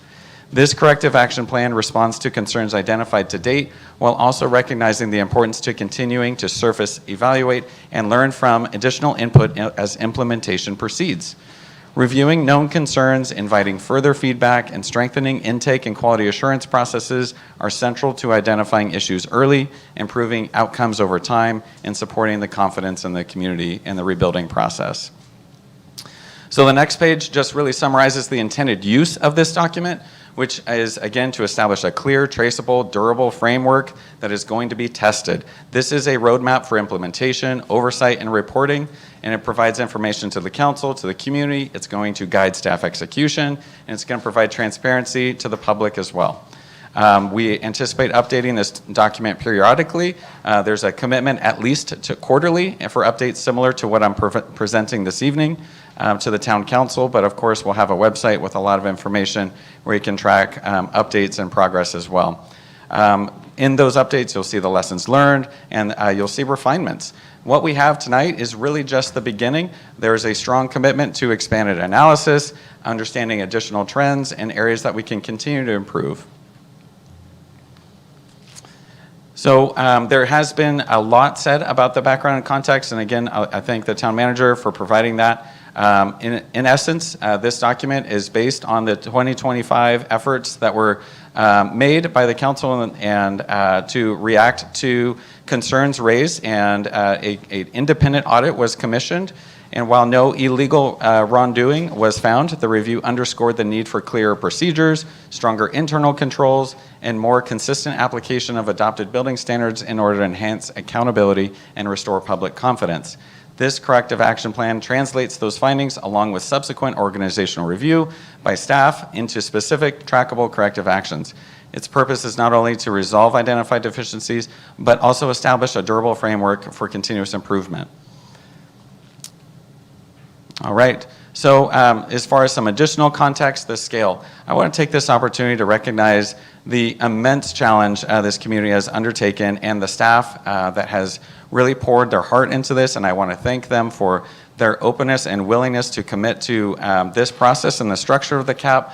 The love for this town and the work they do is extremely valuable. The community has been through a significant amount of challenges, and the 2018 Camp Fire and the devastation and rebuilding like this has never been done, and this team has been through a lot, and we recognize that, but there's also a commitment for improvement by them, and for that I am extremely grateful. For the progress to date, over 3,000 certificates of occupancy have been issued, including 1,000 multifamily unit applications have been processed with 683 CFOs for those. Is really astounding and something that's really never been done to this scale for our community. As far as additional challenges by staff, we've seen accelerated pressures through rebuilding efforts, as well as different circumstances, new materials, code requirements changes, but they've maintained a commitment to this town and to perform the best of the work to the best of their ability. But again, there's been a huge commitment to the CAP and the spirit of improvement and what's outlined in the recommendations from the audit. As far as the audit itself, in this document it notes that that work was done with a limitation of the known concerns, and there is still a need for additional information to analyze the entirety of the system to understand those areas for improvement, areas that can draw additional statistical trends that we may not see so far. And so with that, we're looking to build on this, and with that, Section 5 is about committing to an expanded analysis and a data-driven evaluation. So to provide the public and the town council and our regional partners and our community a full understanding, we are committed to performing additional analysis that understands those trends and volumes across all permit types, identify meaningful indicators for inspection quality, differentiating between isolated issues and systemic gaps, and enhancing transparency into the town's ongoing rebuilding efforts. So with that, we're looking to compile permitting data, inspection data, CFO data, contractor-related data, put it into a system that's going to tie to public feedback that I'll get into here in a minute. But it also allows us to analyze those trends that when we compare complaints or issues with certain types of permits or areas that we can improve on, that's going to come through this analysis. By establishing statistically relevant data sets, we can distinguish between isolated incidents and patterns of concern. We can provide a clear context of the rate inspection errors relative to total volume and demonstrate when inspection performance is consistent with industry norms, as well as identifying new areas where process improvements are warranted. But ultimately, our goal is to help homeowners understand the most appropriate pathway for their individual concerns as well. So to that end, we can help provide information with an expanded analysis and provide information for homeowners to follow up with contractor warranties, bond claims, the CSLB, look at industry standard detect resolution processes, and then I'll talk a little bit more about the Ombudsman guided navigation as recommended in the audit. So with this, our commitment is strong to publishing the findings and updated metrics. The town will publish periodic reports, again, at least quarterly to the town council, but continue an active updated website with key data sets and trends, findings from the expanded analysis, and updating those metrics and evaluation tools. Again, you'll see we have recommendations from the audit. We've reserved a whole separate table for items that are going to come forward after this work starts. So the next section is really just describing the framework and implementation metrics. The really great part about having a corrective action plan is to document those recommendations and assess the progress and status over time. So there will be multiple versions of this document, and we will be able to track that and account for its progress here in this document in a written fashion that's transparent, posted to the website, and ongoing, again, a living document. Identifying substantial completion for an addition or an individual recommendation is going to be tested. Just because we've started something doesn't mean it's complete. Just because it's listed here doesn't mean that it's not going to continue to evolve into something different. We are committed to making sure that substantial completion of a recommendation in the audit and the actions taken following it are tested by implementation, durability, and evidence, and that's really going to be through progress, monitoring, and documentation to substantiate and report to the council and the community that these improvements have been made.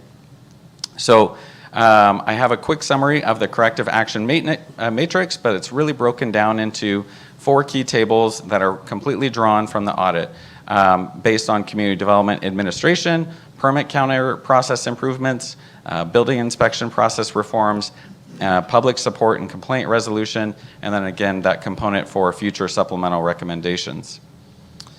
So I'll go ahead and start with Table A. So this one is related to the recommendations from the audit for hiring a dedicated community development director. I appreciate the introduction from the town manager about the decision process through this. We were supported by an interim community development director.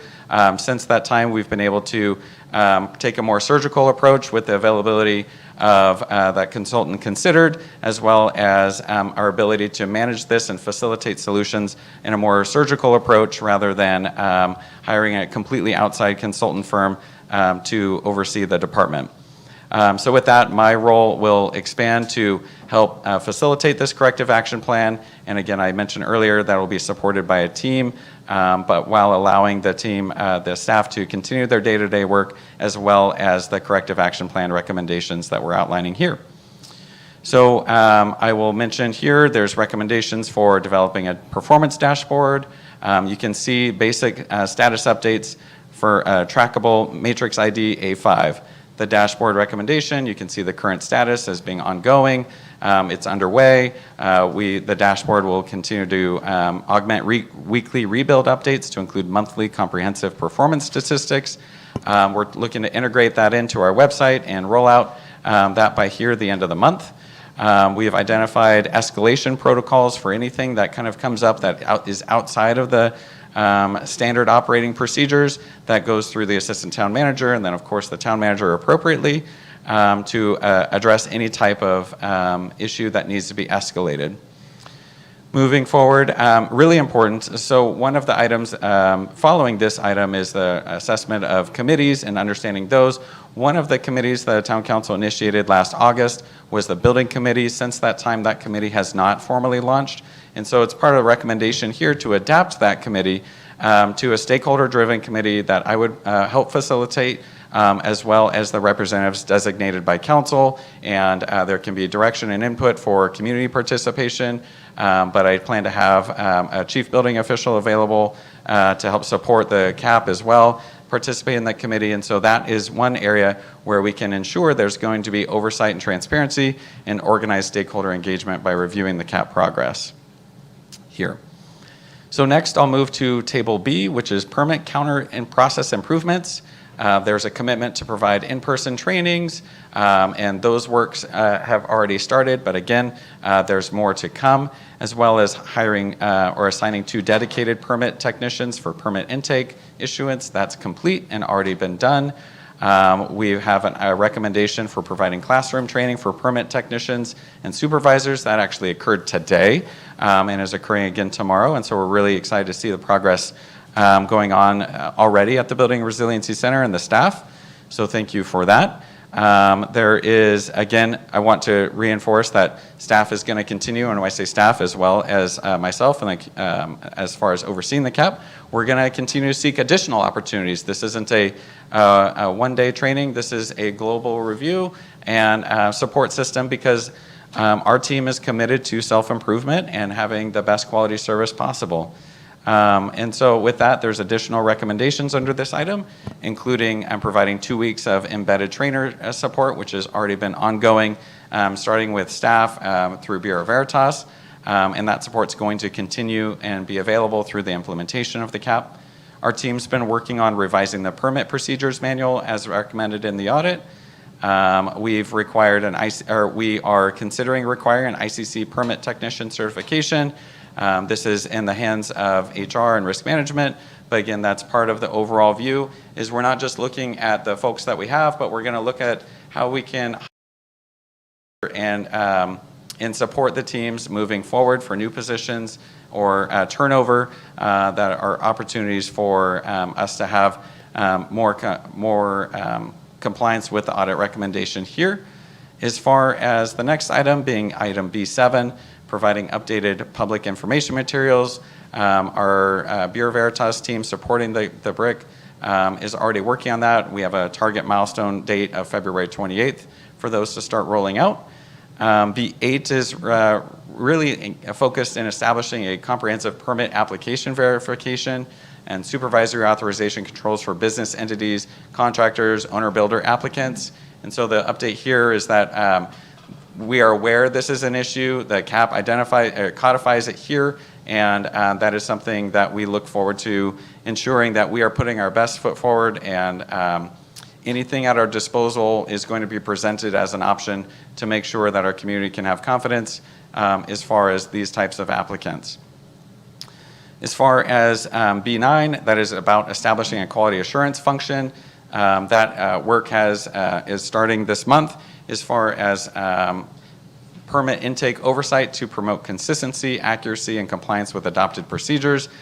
This function will include periodic sampling of permit intake decisions, required documentation, and supervisory oversight of standardized checklists, and then those findings will inform training and continuous improvement efforts. So moving from permit intake, I'll move on to building inspection process reforms. So these items include providing in-person training in lieu of online-only trainings for staff. We finalized the in-person training for ethics to be on March 11th, 2026. This is going to be available for all staff here at Town Hall, as well as the Building Resiliency Center. We look to provide classroom training for inspection of residential buildings, plan reading, and calculation interpretation. Our staff is planning to attend the 2026 Sac Valley Building Officials Education Week and the California Association of Building Officials Education Week. But again, I'll talk a little bit more about the team supporting the CAP implementation through Interwest, but we're going to continue to seek additional opportunities to further ongoing professional development continuously, and those will be noted in future updates of the CAP if approved. One of the items that began almost immediately was employing field training officer for at least 6 months was the recommendation in the audit. Starting October 27th, 2025, we had BPR Consulting on site retained as a field training officer. We rotated in a new field training officer starting February 1st. This ensures that staff receives the benefit from multiple perspectives in this effort. That's one thing I've learned so far in my role in this, is that there's several different opinions about the same thing. And that's not uncommon in any walk of life. But I think this is really great to utilize different perspectives, again, for a minimum of 6 months to have this type of field training officer work going on. And I know that I'm extremely grateful for those helping, and I'm extremely grateful for those receiving the help as well. We have a recommendation for additional off-site professional training for inspectors. And so and building inspection staff have attended a 4-hour webinar on significant changes to the California Building Code and Residential Code. The California Energy Commission did come to our building stakeholders meeting last month. But again, staff will be attending the monthly Shasta Cascade chapter and the ICC council meetings, which includes an educational component. We're also planning to have staff attend the education weeks that I mentioned earlier, and that will have additional opportunities for further professional development for staff as well.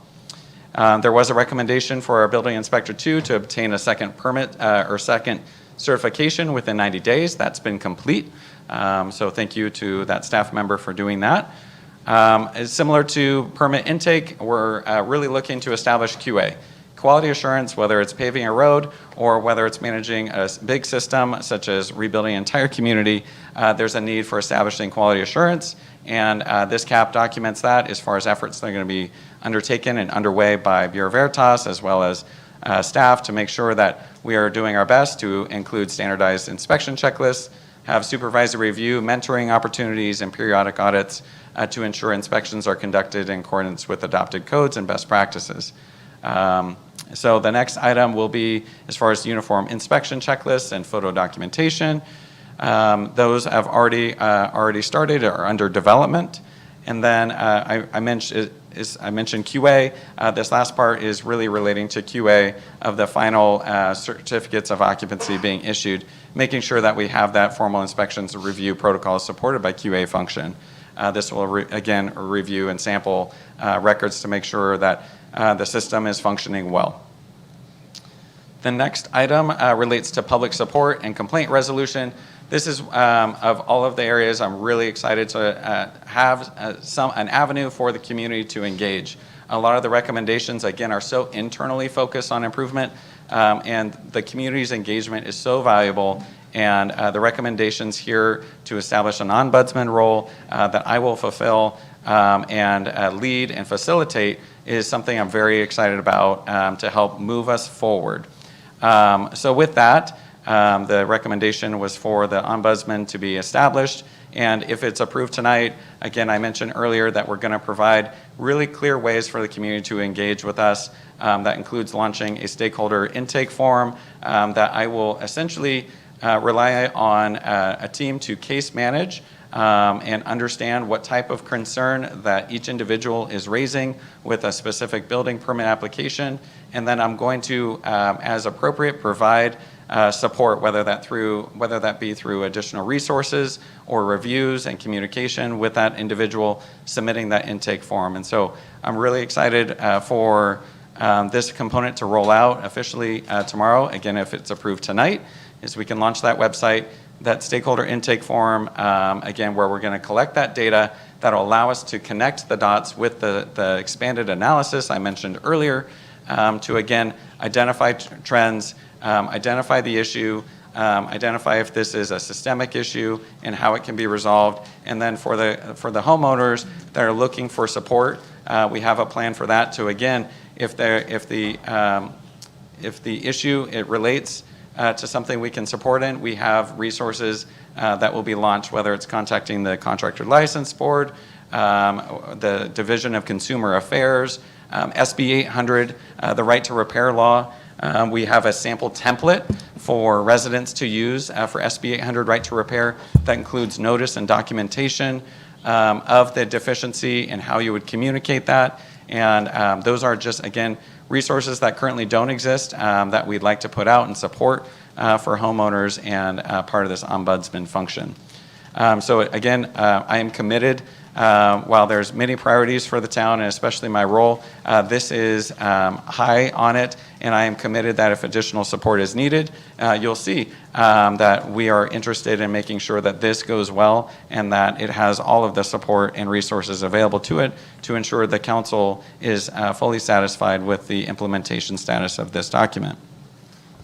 Finally, I mentioned future supplemental recommendations. Again, we don't have anything listed in this item.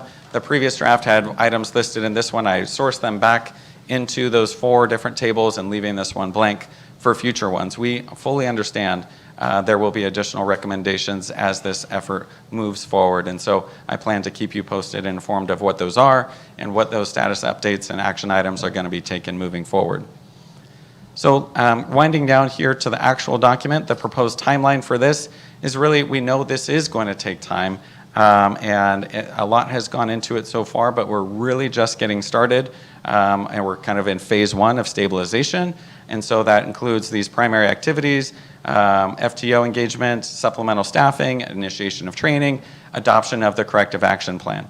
And if we move forward, it'll go into phase 2, really some items that have already started, but we've really held off on launching the stakeholder intake until this was approved. But that'll include development of revised procedures, permit inspection procedure rollouts, adoption of new manuals, certification requirements, expanded statistical analysis, identifying additional themes and programmatic needs, and again, initial advisory review of the CAP implementation progress by the council ad hoc committee if that's continued to be authorized. And then phase 3, again, would launch, parts of it would launch tomorrow. That ombudsman role implemented through my role with the town, expanded public guidance. I have about 5 or 6 resource documents ready to post in addition with the corrective action plan, the original audit, that stakeholder intake form with a survey. It's a survey, but it's really an intake form that helps you communicate with us about your concerns, and so those can be reviewed independently here.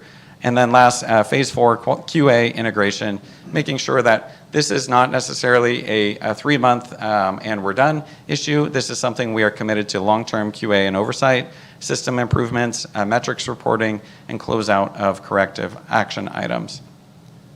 So getting to the public reporting and transparency and oversight, I've already talked about the public reporting commitments quarterly through the council, a live website that's going to be up to date and accurate where you can see at a minimum changes in implementation process or progress in the corrective actions, notable actions completed or initiated since the prior update, corrective actions that remain ongoing or require sustained implementation, key performance indicators or metrics used to evaluate progress where available, and material adjustments to the corrective actions or implementation approaches. So all of that to say is no surprises, is you're going to see the changes, you're going to see the progress published here on the website and talked about here in these updates.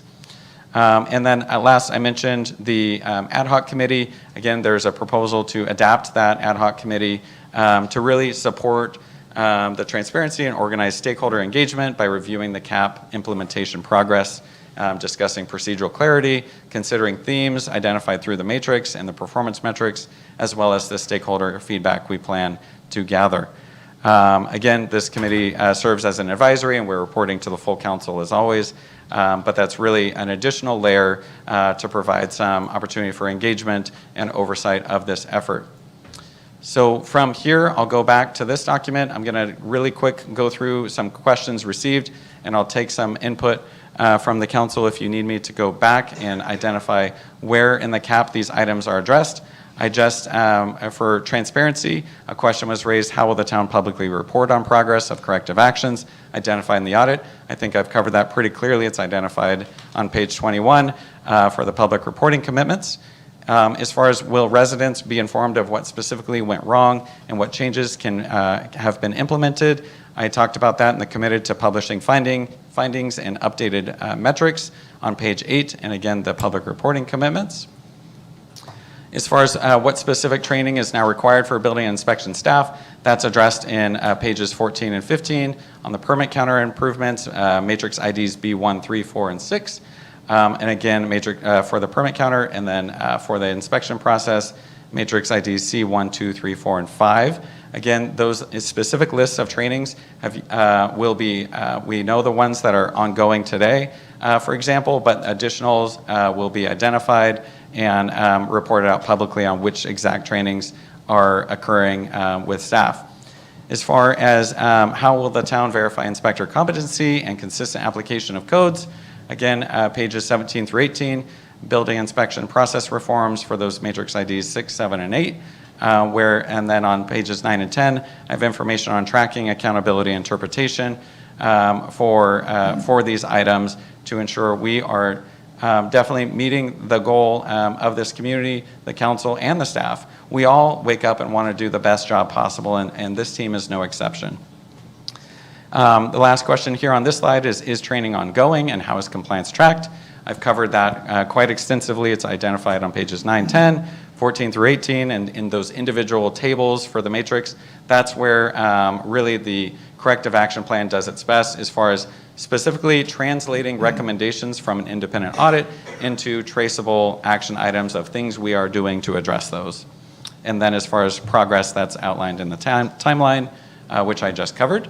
And then as far as accountability and oversight, will there be a follow-up or independent audit to confirm that corrective actions were effective? I mentioned page 19, the future supplemental recommendations will be populated, and then page 21, I talked about the public reporting, transparency, and oversight. Again, this is the implementation of the corrective action plan that takes those findings, and then we are not going to close these down as far as recommendations until they are proven to be effective and assessed to be complete. As far as who is responsible for ongoing oversight and enforcement of the corrective measures, that is addressed in Table A and part of my role as Assistant Town Manager. What consequences exist if the same deficiencies identified in the audit continue? Pages 12 through 13, again, the Community Development Department Administration, but of course, performance management through human resources. This is a public entity, and there are avenues for those types of issues if they were to be necessary. As far as follow-up questions for resident impact, let's see, how will the town address residents who were negatively impacted prior to inspection errors and inconsistencies? I've addressed that through pages 7 through 8, defining appropriate pathways for a homeowner with concerns. Again, there will be resources available through many different avenues, whether it's a manufactured home or a stick-built home, a contractor issue, or an engineer design professional issue. There's going to be recommendations here and resources for you. And then, is there a clear, accessible process for homeowners to raise concerns or request review without undue burden or retaliation? Of course. Pages 7 through 8, defining appropriate pathways for homeowners with concerns, and then the public support and complaint resolution process, which I covered. Again, that website is going to be really key. If you're not interested in submitting the form, it's pretty simple, should take a few minutes. But if you don't want to do that, you can call me and we will submit a form on your behalf and track it to the building permit and track it to the information available. And so, again, there's a strong commitment here to make sure that residents who have concerns have a pathway to allow us to take a systematic approach and review the issues and identify trends and threads or themes that we can make sure that either A, we have this plan to be addressed or is already in progress, or B, this is something new we need to take a deeper dive and look at. So that commitment exists there. As far as the CAP team, winding down the presentation, of course, this is led by the town council. And then from there, if the building committee has a role, absolutely willing and able to blend that into this overall process. And then as far as myself as the assistant town manager, my plan is to integrate Interwest. They are an independent consultant team dedicated to the CAP implementation only. I'm so grateful for so many consultant teams having on-call contracts and wanting to support this town. And these are through procurements that were done a few years ago. Interwest has not been involved so far. I've met with them. They are interested. They're engaged. I've worked with them in the past with my prior employment with the City of Yuba City. And they've got a great team. I've leveraged Chief Building Official Bill Hayes, who has 21 years of experience, ICC certified up and down, and as well as the whole Interwest team really wants to be available as a resource that where if issues arise through the implementation, they can take on specialized tasks and provide opportunities for training. They can help address specific case issues brought forward through that intake process, and they can do so in a way that is really not disruptive of the progress that the building division is already undertaking and the improvement efforts through their teams. And so that's going to be a part of it. But as I just mentioned, our community development team as a whole, including the director, they are all committed, and the support committed to this CAP and self-improvement. And for that, I'm extremely grateful again. So next steps, if approved, we're looking to launch that comprehensive website, issue a media release about its existence and the intake form. That website will have the audit, the CAP, the intake form, and resources. We'll advertise the intake form through every channel available. We'll start the data analysis for the whole system as much as possible. We'll work on continuing the implementation efforts on the CAP that are already underway, excuse me, as well as new recommendations from the CAP efforts that we take on, launching the committee, and then the commitment for ongoing reporting. So for the council action requested tonight, we're looking for you to approve the corrective action plan for the 2025 building division audit with planned future updates quarterly. And then as always with every single item presented by staff, we're open and available for alternate direction as approved by the council. So with that, I want to thank you so much for your time, and I'm going to turn it back to the town attorney for additional comment. Yeah, go ahead, Scott, please. I was just going to introduce you, but Sure. Please. So I wanted to just, not to belabor the point, but I wanted to just make mention of a couple of items that are really important pertaining to this audit/investigation. We've been sort of interchanging those terms. The investigator prepared an audit report or memorandum, I think it was entitled, that could be released to the public. There's a substantial amount of investigation that was done regarding this issue, including investigation related to personnel qualifications, training, experience, and performance. The legislature has implemented laws giving public employees privacy rights related to personnel information, including personnel investigative material. The California Supreme Court has ruled that personnel-specific information is prohibited from disclosure to the public. So I asked the investigator to prepare a report that could be released in its entirety to the public containing information that could be released, that would be allowed to be released. I asked him to prepare a second document that contained only the confidential personnel information that cannot be released to the public and should not be released to the public. Having said that, that document was referenced in the preparation of this corrective action plan. The recommendations that he requested and recommended are in the corrective action plan.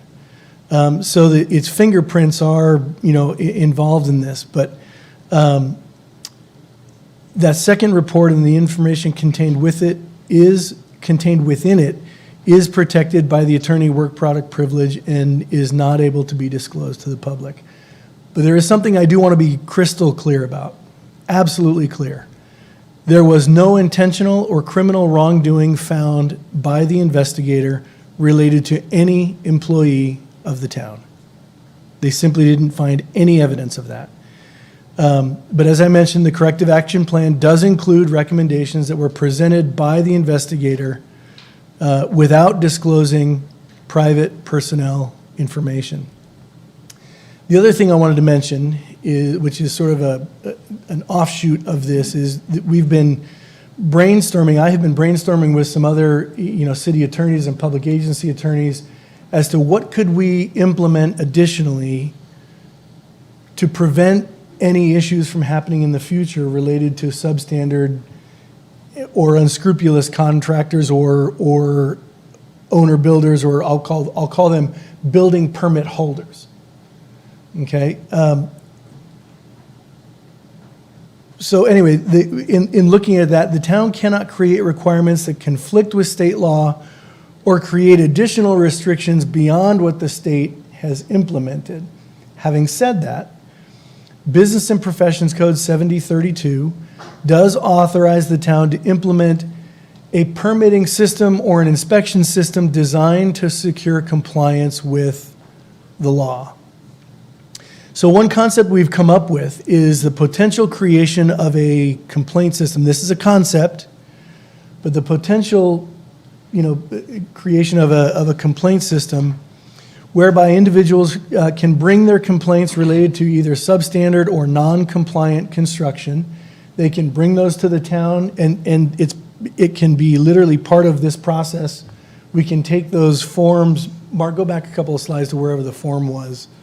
I forget the name of that form. Anyway, As far as the stakeholder intake form? that's it. Yes. The stakeholder intake form can be modified so that we'll already capture this information, and they can either check a box saying, yes, I want this to be a formal complaint, something along those lines. As an example, and again, as an example only, one thing that could be done is that a building permit holder, whether it's a contractor or an owner builder, either one, if they have 3 separate complaints related to different properties of either substandard construction or non-compliant construction, if there are 3 valid complaints, and hold the idea of valid for just a moment because I'll get to that in just a minute. If there are 3 valid complaints against a permit holder on different properties, then the ordinance could say that permit holder will get no more permits until those 3 are cleared or resolved. That would not conflict with state law. That would be something that we could do in addition to that.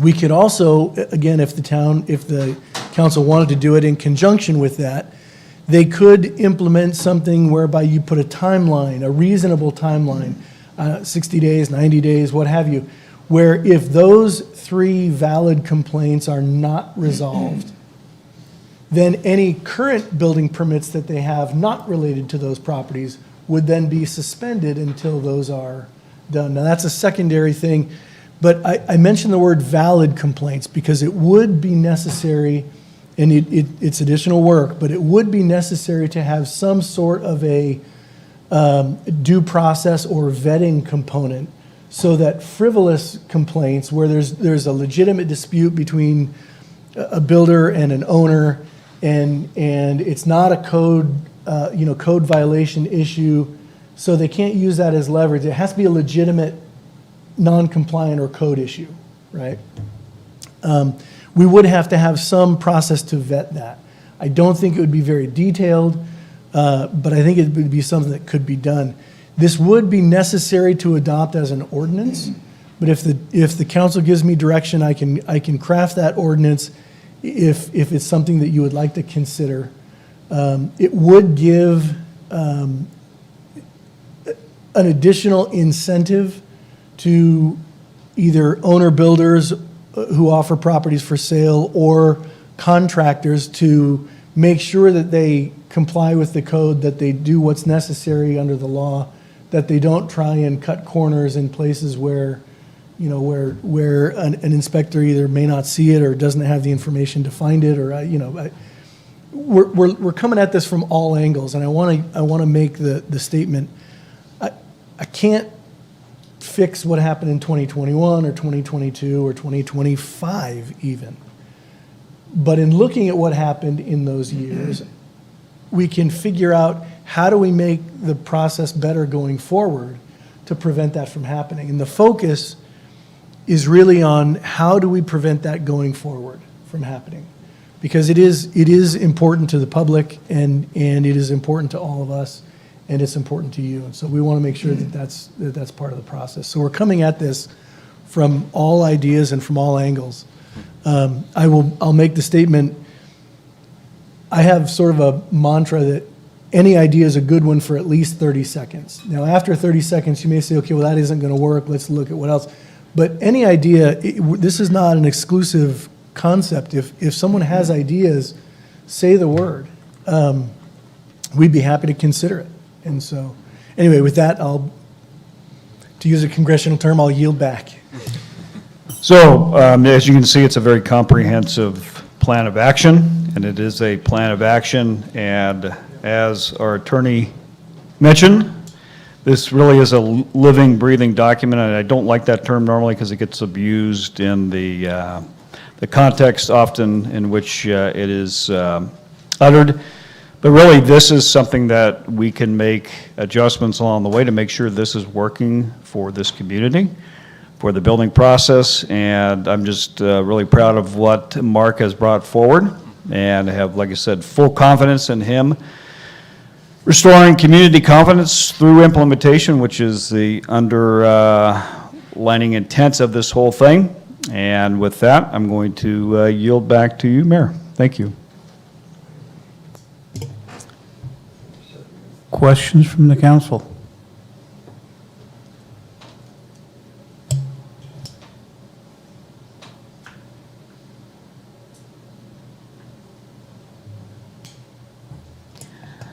I don't necessarily have a question, but I just want to make a comment. It has been my intention from the beginning of this discussion surrounding all of the complaints that have come in from the community regarding our building here in Paradise, to figure out what is behind all of that, to identify that, and to correct it. And with two goals: to protect the members of our community and to restore public trust, because we need a whole lot more people to come move here and buy houses and build houses. And we need them to do that with confidence. And there's a lot of limitations to what I can say, but I will stand by that. I do not feel that this corrective action plan fulfills some of the primary recommendations of the auditor. And I want to also add to that that is not in any personal reflection of the recommendation to have Mr. Maddox, our Assistant Town Manager and Public Works Director, fill some of those roles that were recommended. It's not about the person, it's just about how some of the primary recommendations of the auditor are being proposed in the corrective action plan.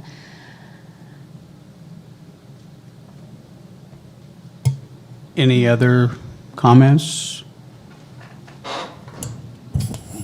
Well, Mark, 47 minutes.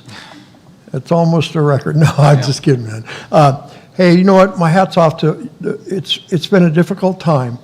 A lot of very angry people, justly so, rightfully so, came to these chambers and told us how they felt and how they'd been wronged. And as a result of that, a lot of things happened. We changed town managers. We did a lot of things in response to that. We spent over $350,000 doing an investigation. That wasn't all the cost of the investigation. Some of that was other things, having third-party vendors in and one thing or another. But I want to commend you and the entire staff for all the work they've done. I was overjoyed to see that the result of the investigation was that no wrongdoing, nothing illegal had been, people made accusations about our employees. People can do that a lot, recommendations were made by this person who is extremely skilled. I go to my doctor and he recommends that I quit eating ice cream and go to the gym and exercise to get my blood sugar down, my diabetes down, and all these other conditions I might have. I don't do those things. I don't do those things he recommends, but he recommends them. It doesn't mean he's wrong. And I think we've taken some, I admire this plan. I think we have all of the things, like Mike said, it's a living document. We are going to make adjustments. And what the town attorney talked about, part of the problem that happened to us as a result of the fire, and it happens all over the place, is scrupulous people come into communities at opportune times and take advantage of them. Builders, developers, all kinds of different people. And that happened to us. And none of us had ever been through the devastation we'd gone through. None of us knew how to do that. Nobody knew how do you rebuild a town? We had people saying we shouldn't even be allowed to do that. It was crazy, but we did it, and we're doing it. And so what the attorney's recommending is that maybe we come up with some ordinances where we can start sending a message to anybody that's unscrupulous and wants to come in and take advantage of our community in any way, shape, or form. We're going to be able to stop them. We're going to be able to weed them out. Part of the problem that we are confronted with as a little local municipality is the building codes and the state legislature that allows owner builders to build 4 houses for sale. There's some things that are wrong that we need to get the state legislature to correct. And so that's where we need to take some of our anger and our upsetness. We need to talk to our legislators, and we need to get those things fixed, because it's happening to us, it's happening in Altadena, it's happening in LA, it's happening in any community that's growing or recovering from devastation. So those are some things, if the public wants to help us and help yourselves, talk to those people and let them know they need to deal with those problems. We can try to fix it at the local level as best we can, and we're going to make it very difficult. I'm committed to that, and I think everybody in this dais is.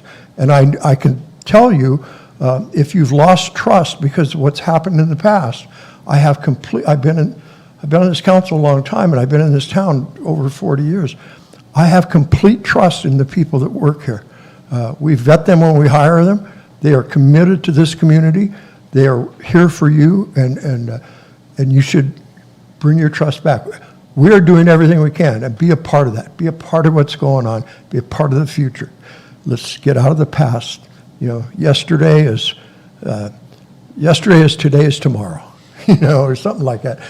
Anyway, I want to commend you on doing that. And after we have cards and let people say whatever they want to say, I'd be more than happy to make a motion to approve this. So I want to say something. First off, I think it's a tragedy we even have to be here in the first place. And second off, I respect all of our opinions, and I do believe we're all working for the same goal. We want to rebuild this town. We want our citizens to have confidence in us. We want our employees to have confidence in us and confidence in what they do. As we were going through this process, I probably leaned more towards Heidi's feelings with the going exactly by what the auditor recommended. But I've been spending a lot of time listening, talking to Mark, talking to Mike, talking to council people, and I've kind of changed my view to the point that I'm willing to give this plan a chance. I do also have confidence in Mark, and I'm also confident that if we get into a position where this isn't working like it should, that we can pivot from here, because we've kind of been there before. Yep. And so I've been assured that if we get to that point, that's what we'll do. So, that's where I'm coming from. And so with that, I'd like to hear from any cards we have. I have no cards on this item. Oh, he raised his hand. That's almost a card. I apologize for not submitting cards. I just wanted to say that anybody who wasn't here when all the rebuilding started doesn't understand what happened when all the rebuilding started. And all the people that have come in here angry at you, maybe not you, but the board and the town, were all just like me. See, when the inspector showed up at my house, I was there every time to schmooze them and make sure, and they all came with an approved stamp in their hand looking for something to hit it with. You know what I mean? Everybody was anxious to rebuild the town. And mistakes were made. And at the time, I was so grateful that the inspectors were so anxious to get my house going and keep it going. But now, I'm spending enormous amounts of money fixing things that should have been caught by inspectors. And I'd like to come here and blame somebody for that, but guess what? I was there every single time, schmoozing the inspectors, encourage them to hit that paper with the approved stamp. And so I just wanted to thank the town council and all of the city managers for trying to do better, because many of us are frustrated. But if you weren't here, you don't understand. It was all about getting back into the house. And it was all about hating where we lived. I lived in a double wide for 2 years, and I hated every minute of it. All I wanted was get back into my house. And so now it's very easy to show up here and blame the people that are in charge and say, you should have not listened to me then and just told me what was wrong with my house. But if you weren't there, you don't understand. And I want to thank all of you for being here now, and I want to just tell you that I'm glad that even if mistakes were made, there's a bright future here, and we're going to fix the mistakes that were made and do better in the future. So thank you to all of you. Thank you. And with that, I move approval. Second. Motion by Colleton, seconded by Lasan. Councilmember Bullen. I'm gonna say aye, but I put my trust in Mark, and you're doing your thing, and Tony, I put my trust in you too, and your team. I know you guys want to do the right thing, so with that, I say aye. Councilmember Colleton. Aye. Councilmember Lang. No. Councilmember Lasan. I vote no, I vote aye, but I have to admit, being part of the problem, I pushed for the stamp of approval to come quickly so we could get more houses on the ridge. So I was part of the problem, and I admit it right up front.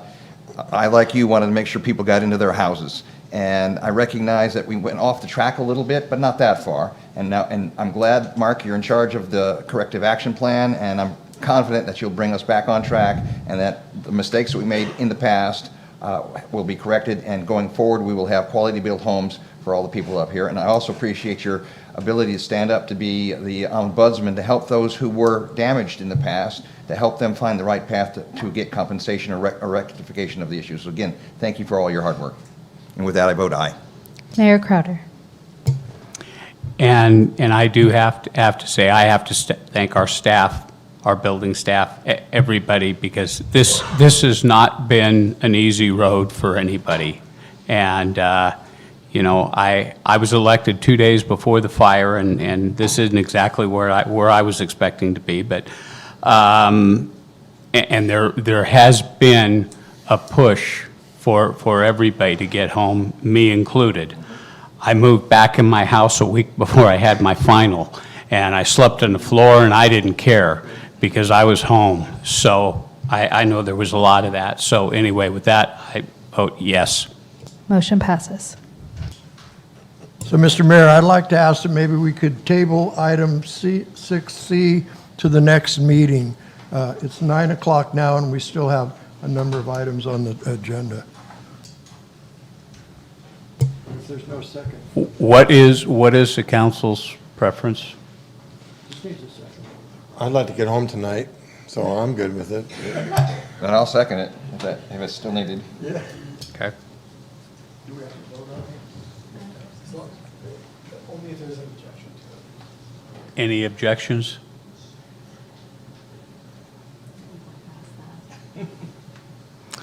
Okay, so item 6C is continued till next month. 6D, consider adopting resolution number 2026-11, a resolution of the Town Council of the Town of Paradise awarding construction contract number 8407.4 CON off-system road rehabilitation. Boy, I think I need to go home too. Mark. Yeah. Thank you, Mayor Crowder. Good evening, Council. Again, I will make this one quick as well as the next one. We are awarding 2 contracts for roadway rehabilitation. This is year 3.5, almost 4 of delivering these paving projects, which is just absolutely incredible. I'm not aware of any other community repaving their entire town within 4.5 years. So this is really exciting. We're bringing forward 2 recommendations. This one is funded through FEMA. The next one is funded through Federal Highways Administration. We advertised for bid after approval from council for these roads being paved. These are residential, local roadways, including some near the Crestview area, Redbud, and Yorktown, those types of neighborhood areas here near Pacific, and then a portion of Foster, Wayland, and a few other roads here throughout town. We advertised this project, and in accordance with all the public contracting rules, we had 5 bids that were submitted and received, and our lowest bid was Baldwin Contracting Company, Knife River Construction. Our engineer's estimate was about $8.1 million. Their base bid amount is $6,497,568.49. And so staff has reviewed their bid. We have full recommendation and confidence in Knife River to deliver this project, as well as spoiler alert for the next item, they are the low bidder for on-system as well. But for this FEMA-funded project, the funding breakdown is included on page 174 of your agenda packet. But the long story short is the matching requirements through these FEMA funds are paid for through CDBG DR. We're really grateful for HCD and HUD for helping us deliver some of those infrastructure funds towards match requirements. So this project is no exception there. We have a great team on board for the construction management, and so the full breakdown is included here in the staff report. It's about an $8 million project all in, and including a 10% contingency. So with that, I'm glad to answer any questions the council might have for our recommendation to award. Questions for Mark? If awarded, I should have mentioned construction would start this spring and completion by the end of the year. And they feel confident they could do this much by the end of the year? Yes. Cards, Melanie? I have no cards on this item. Can I move approval? Second. Motion by Bolin, seconded by Colleton. Councilmember Bolin? Aye. Councilmember Colleton? Aye. Councilmember Lang? Aye. Councilmember Lasson? Mr. Attorney, my son lives on one of these roads. Should I vote present? If your, well, yeah, if your son lives on one of the roads, did you co-sign on a home with your son, or? I did not. Do you have any financial interest in any property within 300 feet of these roads? I do not. Do you like them? Then you're fine. Yes. Okay, I'll vote A. Yeah, Do you like him? Aye. Mayor Crowder? Aye. Motion passes. Okay. 6E, consider adopting resolution number 2026-12, resolution of the town council awarding construction contract number 7308.6 Con on-system road rehab. Mark. Thank you again, Mayor Crowder. I promise again to be brief. This is an award for the Federal Highways Administration version of the project, which is focused on federal aid roads, which essentially means collectors and arterials, such as Skyway, Clark, Oliver, and Elliott here in a portion of Pence. This map indicates the areas covered by this project.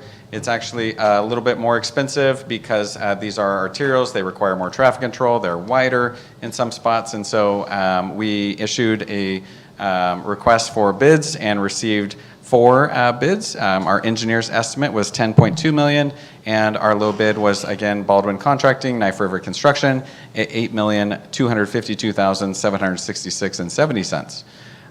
We have done full research and vetting of their bid and believe it's responsive and responsible and recommend award fully. This project has a financial impact overall for including a 10% contingency and set aside for construction management, about a $10.2 million project cost. And again, all of our matching funds are included through CDBG DR and other grants that are listed here as far as participating and non-participating. With that, I'd be glad to answer the council's questions. Again, if approved, we expect construction this spring through the end of the year. So this is Oliver? It includes Oliver between Skyway all the way up to Roberts. So Road, I the believe. curve thing, that'll just happen sometime in So, the future? yeah, so as far as the curve, it's been tabled until we have additional funds. We're going to apply for grants So we can't necessarily wait on doing pedestrian improvements on the Oliver Curve for the pavement rehab. We've been in partnership with Federal Highways and FEMA on delivering these projects with a lot of competing priorities, including overall theirs, which is closeout.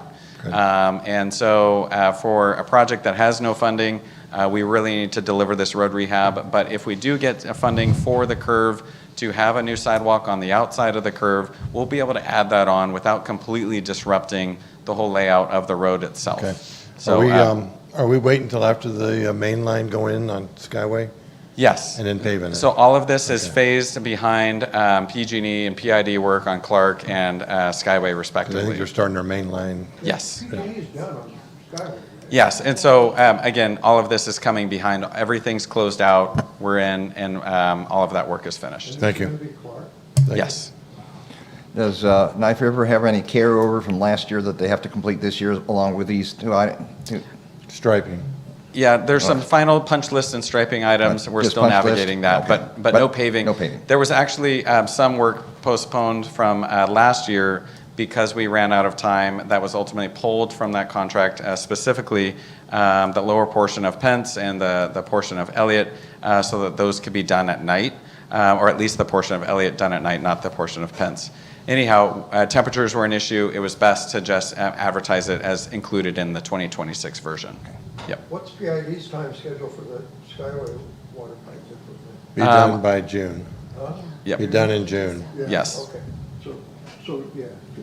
Yep, so this summer. This is all going to be phased. We'll put out a lot of information. We have mailers that go out. We'll have social media, website updates, and then door hangers. Let folks know when the work's going to happen.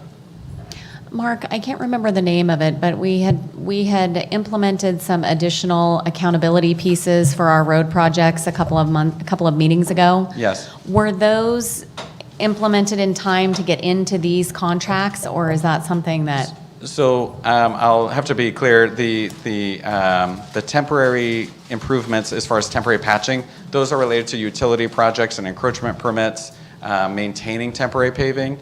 And so this is going to be, coming in behind all that and repaving the final surface. Okay. Yeah. Good point. Thank you. Uh-huh. Any other questions from Mark? Nope. Any cards? No cards. I move approval. Second.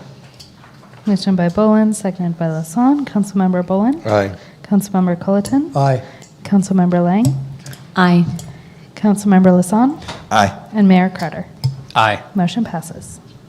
6F, consider adopting resolution number 2026-13, a resolution of the Town Council of the Town of Paradise delegating limited authority to the town manager to approve and execute final right-of-way acquisitions.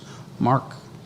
Thank you, Mayor Crowder. This item relates to multiple projects, first of which being the Skyway Pence intersection improvements, where we're looking to build a traffic signal, the Pence Road widening, which is looking to add a center two-way left turn lane, and the Pence Pathway Project Phase 2, which is looking to add the bicycle and pedestrian pathway, similar to what already exists in front of Paradise Ridge Elementary School. So with those three combined projects, we're looking at over 200 different acquisition needs, whether that's for a temporary construction easement that helps facilitate the work being completed for those projects, or a permanent acquisition such as a drainage easement or a sliver of the property frontage. So 200 individual varying degrees of acquisition occurring for these three projects along the Pence Road corridor. We've already started outreach to these folks and residents that have those needs, but more are coming through the town council as far as authorizing negotiations and valuations and working with residents to ensure that they are compensated for these acquisitions. And so the item before you tonight, those three projects have different varying funding sources, including the reference CDBG-DR for the widening, and then of course active transportation program funds for the pathway. But amongst those, we have a total set-aside budget for right-of-way acquisition, and we are tonight asking for council's authority, or council to delegate their authority to the town manager position to sign final right-of-way acquisition documents. In absence of that designation, each individual one of those 200 acquisitions would need to come back to town council for full vote and approval. But our request tonight is if it's involved in those three projects, if it's within those three budgets, or I'm sorry, within I'm sorry if it's within the 3 budgets for those projects. If it's already been reviewed by council in closed session when we start negotiations, that is something the town manager position could sign and execute. If there's something outside of that, that would then come back to the full town council in open session to move forward and consider alternative approaches. And so really this is a efficiency and streamlining so that we can deliver the project as efficiently as possible, and then also work as quickly as possible with the residents involved with, because this will again allow us to have less delays in overall delivery of an agreement, as well as compensation ultimately for the need. So with that, I'd be glad to answer any questions the council might have on this item. Questions for Mark? I think he sprained a lip. Are you okay? I'm ready. I've got one more. You got 2 more to go. Yep. Right, one more. Sound like you stumbled Cards? over it. I have no cards on this item. Move approval. Second. Motion by Culleton, seconded by Bullen. Councilmember Bullen? Aye. Councilmember Culleton? Aye. Councilmember Lang? Aye. Councilmember Lasson? Aye. And Mayor Carter? Aye. Motion passes. 6G, consider approving staff's recommendation to select Studio W plus TSK design team to provide professional planning design services for the Town of Paradise Facilities Master Plan. Mark? Thank you, Mayor Crowder. Good evening one last time. And this item is relating to a facilities master plan.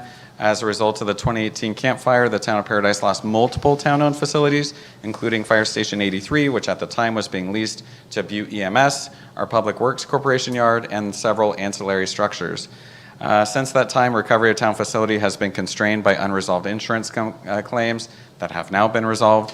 As recently as February of last year, we appointed town council members Bolin and Culleton to serve on the Facilities Ad Hoc Committee. Through that process, we've closed down the insurance side of the house, and as well as help work towards a mission to understand the future needs of this town council, or the organization serving the community when it comes to facilities.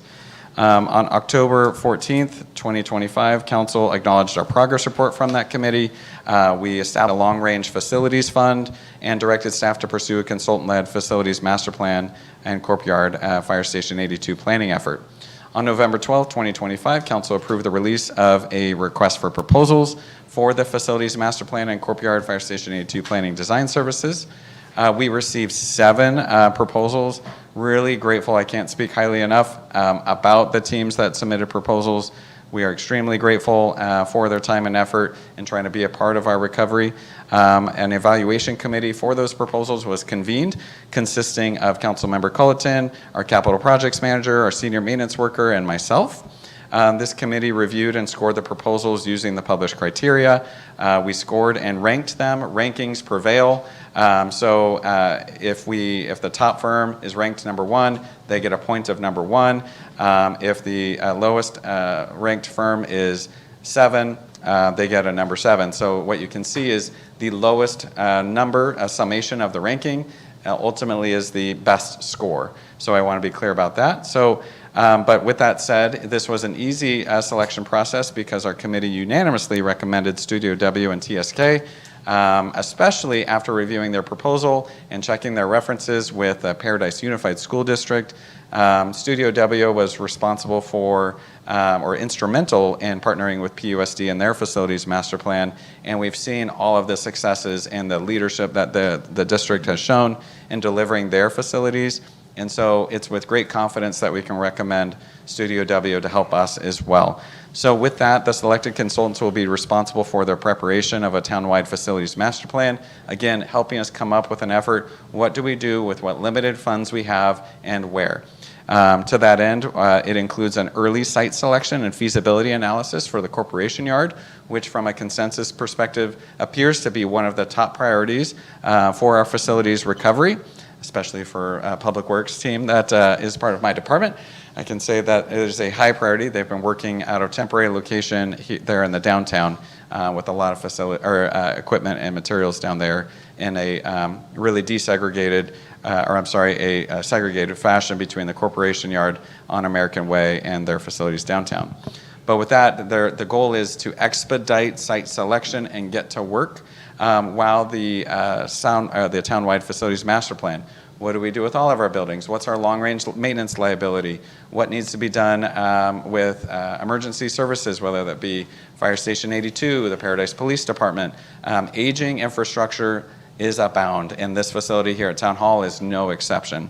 So we understand the constraints. This team understands the universe and the need, and they presented a proposal that fits this need for us moving forward, and to present information and get more direction from the community and the council on what we do with what limited funds we have next. To that end, we're looking for initial, not to exceed, or I say initial because there are optional services available to us. If we want to use this team to design the Corporation Yard, design the potential facility, whether it be Fire Station 82, there's optional services we could bring back to the council, but at this point we're looking to establish an initial not to exceed of $560,000.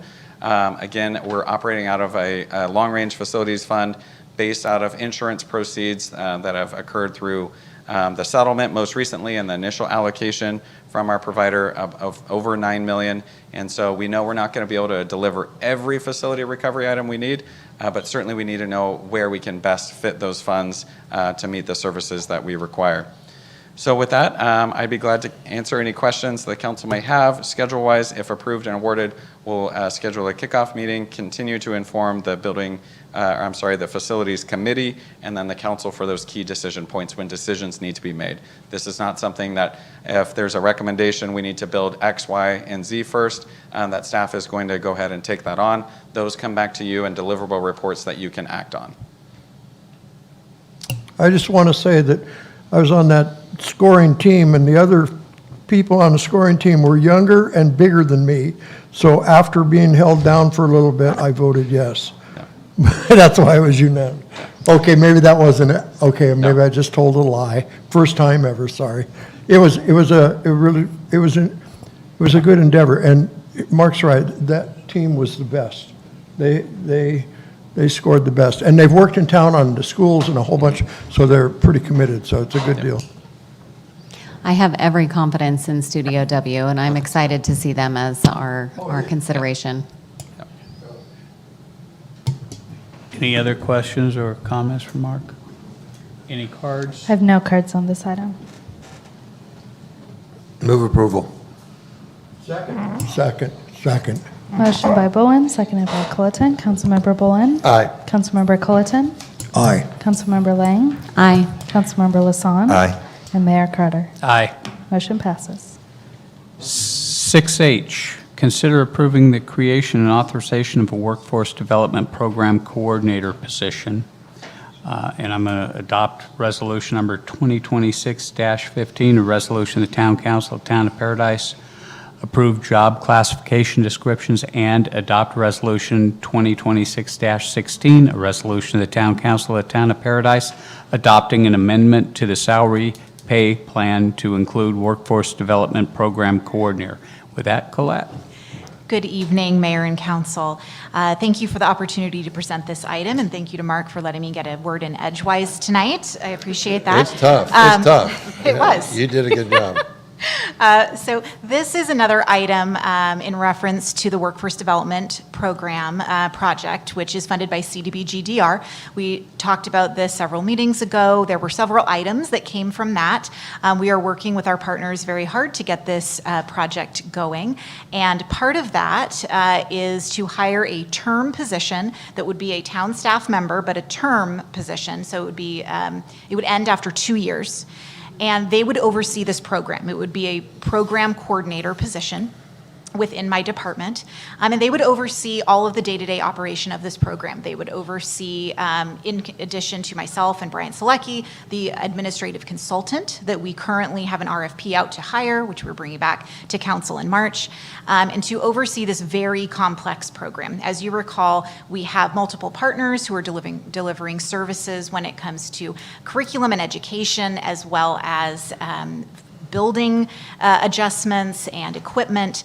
So there are a lot of moving parts. This is also funded by CDBG-DR, which comes through HCD, which has many, many reporting requirements. So all of these components are intended to make this a more feasible project for us and for our town staff to achieve. We feel this is a very important project, and with council's direction, we want to achieve this project as quickly and efficiently as possible. So I want to mention this position would be a new position for the town of Paradise, which is why those two secondary items on the agenda are to adopt the salary pay plan as well as the job description, but really would be overseeing this program. Again, it is a term position, so it would really be for 2 years, starting this year and going through summer of 2028, which is when this program, or the funding program through HCD sunsets. So there is no impact to our general fund. It is completely funded through the CDBG-DR grant with no match. So if there are any questions, I'm happy to answer them. So, term program. So we're going to create a position in the town of Paradise in our pay scale. So while they're employed, the grants funding is going to pay for all the time they work. Correct. They will get medical benefits while they're employed They will be a town employee for the term for of 2 that. years. So they'll get medical, so the Yes. grant money will cover that too? Yes, they will. Okay. They will cover the But entirety they of w- that position. They will not get retirement, is that correct? They would be subject to the same vesting schedule that we would be subject to. I thought you had to so- be here like more than 2 years. Right, exactly. So this is a Yeah, 2-year position. So once the job ends, we don't, Yes, we that- don't that have to pay ends. for their, okay. Correct. I'm worried about that stuff, you know? I understand. Any other questions for Colette? Melanie, cards? I have no cards on this item. I'll make a motion to approve. I'll second. Motion by Lang, seconded by Lasson. Councilmember Bowen. Aye. Councilmember Culleton. Aye. Councilmember Lang. Aye. Councilmember Lasson. Aye. And Mayor Cretter. Aye. Motion passes. 6I, consider reviewing and accepting the actuarial valuation of changes to the Paradise Firefighters Association retirement health benefits as agreed in the transitional MOU. Amy? You waited all evening. night for this. I know you guys, this is riveting. So back when we were doing all the MOUs, the firefighters also were part of that, and that part was excluded. With the change of the medical changes, if for going to the 80/20, they were actually part of that, and so that we should have had that in the actuarial. So this is the actuarial that goes along with the cost of what those benefits for the retired firefighters would cost. So if you look over the long term, we'll just skip through a bunch of these. Go to the next one, please.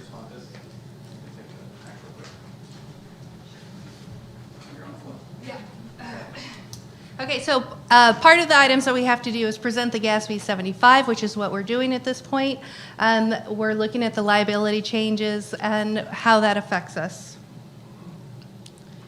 Maybe. Okay, so as we had discussed prior in the mid-25, you'll see the changed current employee coverage versus the proposed, and those went into play already. And then as part of the requirements, you have the GASB 75 accounting standards showing us what the cost to the town for the post-employment benefits are. As you recall, we don't actually have firefighters employed at this time, but we still have the lingering firefighters who retired from the town prior to the CAL FIRE contract. So current benefits would be the $2.2 million. With the changes, it would equate to $2.7 million over the lifespan of the contract. That's a 23% change. And the immediate cost to us would be approximately $35,000 to this budget year. And so the last form will show you exactly what the proposed cost will be. As you can see, as the time frame goes into 2049, that would be the life expectancy of those retirees. And so that's why you see it drop. Any questions? No, that's not an option. No. Hey, how come you get put last on the agenda? They always have the best for last. You know, this is the quickest one. This, I mean, why don't, you know, how do we change that? You know? There's no cards, right? I move approval. Motion by Bullen, seconded by Colleton. Councilmember Bullen. Aye. Councilmember Colleton. Councilmember Lang. Aye. Councilmember Lasan. Aye. And Mayor Carter. Aye. Motion passes. Thank you. Insulation. Hopefully insulation. We'll work on that, Amy.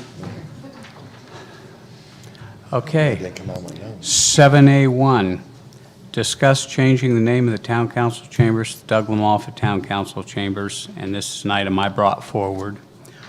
Reason I brought it forward is for everything that he's done for this town before the fire and especially after the fire. The warning sirens were him, our police radios were him, the fight for the tax relief bill was him. Just every year, there's money that gets towards the sewer through his office, and even the $200 million from HCD came through the federal government. And I just think it's something that we need to do, because I personally don't believe that we would be as far ahead as we are without his help. And I'm just extremely grateful that he was with us to give us that help. So, question, are you looking for a plaque out front and a picture of Doug, or what do you, besides naming us, what's I'm it gonna looking look for, like? for a plaque over the door that says the Doug Lamalfa Council Chambers. It's the town of Paradise. You know, I was a friend of Doug's. I appreciate all that Doug did. We get elected to these positions to work for the people. And Doug did a really great job of doing that. I am all for honoring Doug Lamalfa for all he did for our town. These council chambers are the town of Paradise council chambers. That's what I think they should be. I have no problem with putting a plaque out here. We have it back there in the wall. We have the sister city in China or somewhere that we've had forever, but that's just how, you know, it's the town of Paradise. It's your council chambers. It belongs to us citizens. And we can honor Doug, name the brick after him, or put a big plaque out there. Thank you, Doug Lamalfa, for all you did for us, you know. I don't disagree with the fact we should maybe do something to honor him, but these are our council chambers. Well, and there still are council chambers, and there's different signs over every door in here, but anyway. I would be in support of dedicating the council chambers to, in memory of Doug and his efforts for our community. I would concur with what my fellow council member stated. I would support the issue.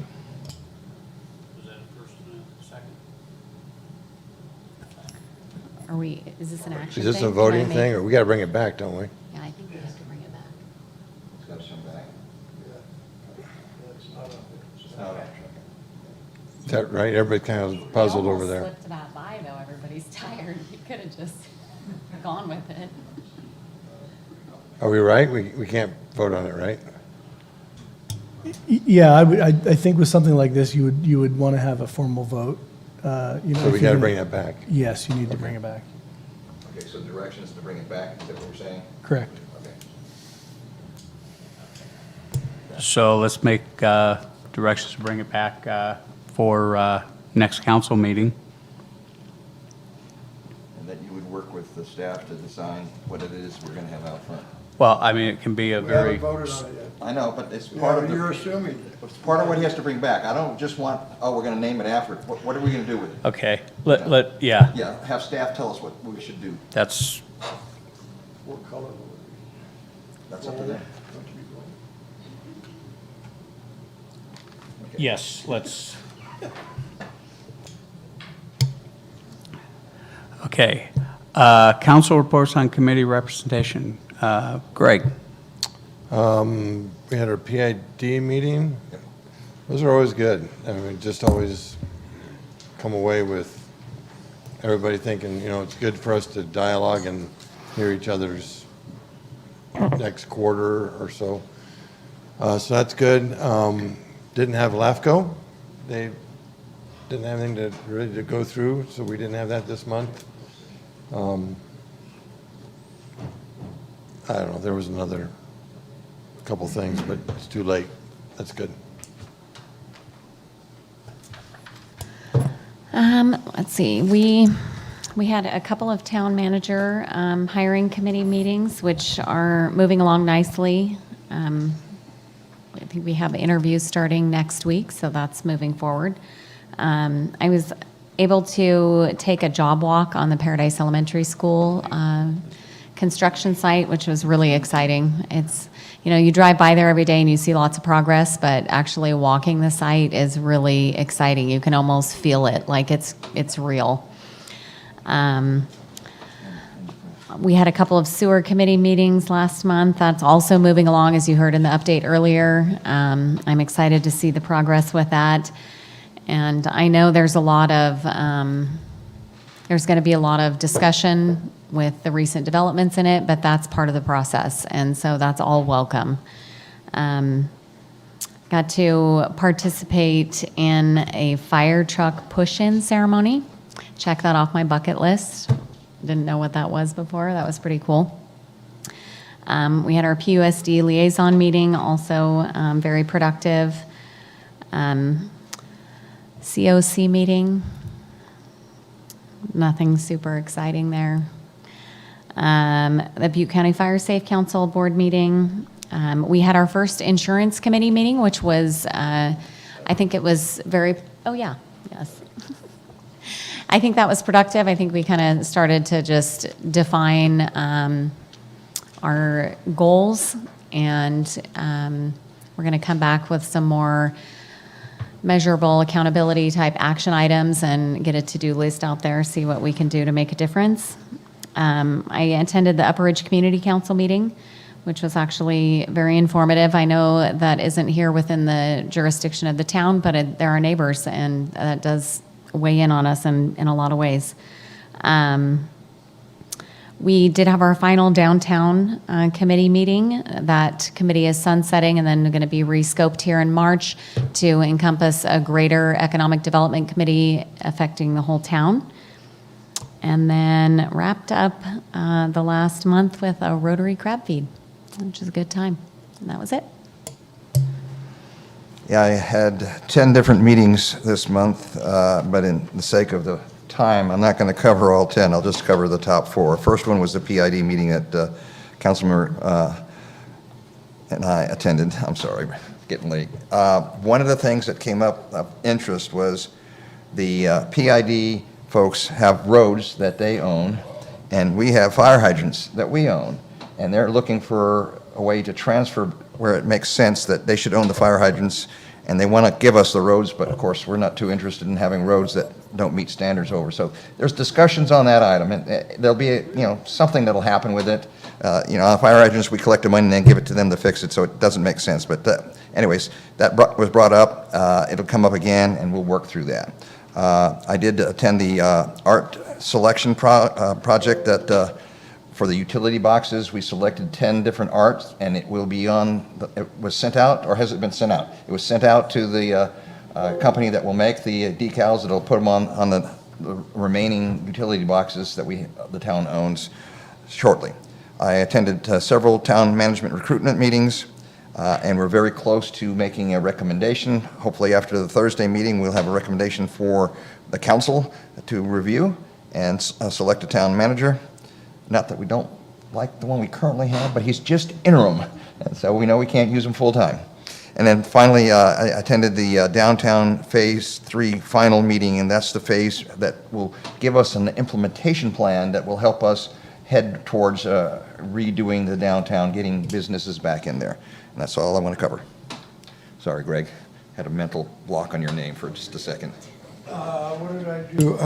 Well, I got to score that stuff, and I didn't do much, so that's it. I showed up tonight and stayed awake. There'll be more later. So I did a CBS interview concerning what La Malfa had done for us and also our rebuilding efforts and what we had to do, and that was CBS out of Sacramento.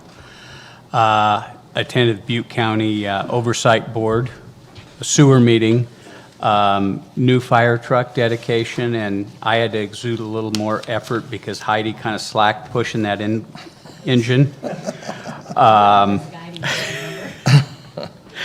I attended Congressman Lamalfa's memorial. There were about 3,200 people there.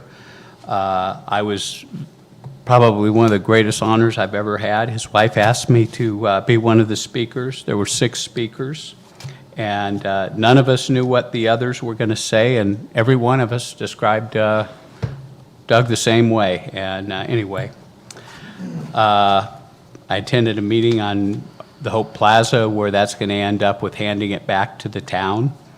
I spent about an hour today on the phone with Altadena. They wanted some help as far as they're having RVs on properties now, and they're trying to write some ordinances, so I gave my opinion there. On Monday, February 2nd, I went to Washington, D.C., and I testified House Natural Resources Committee, Subcommittee, Federal Lands, and it was a bill, Fix Our Forests, the Need for Urgent Action 1 year after the LA fires. It's a bill number 471 that actually passed the House a year ago, and now they're trying to get it into the Senate, and it would definitely be a huge plus for all of us in an area like this, and hopefully it would help with fire insurance as well.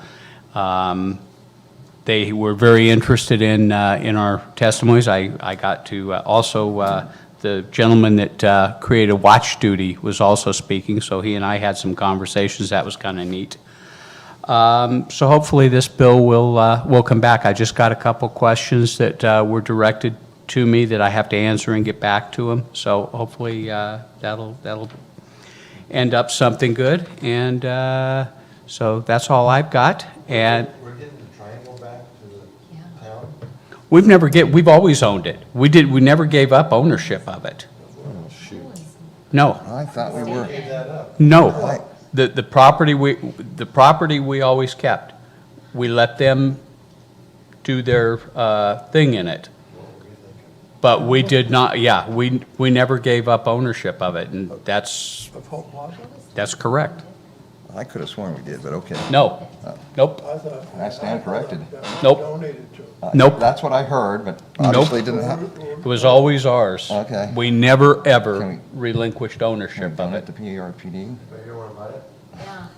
So anyway, No, we never should have bought it. well, anyway, that's, so any future agenda items? Yeah, sell Hope Plaza.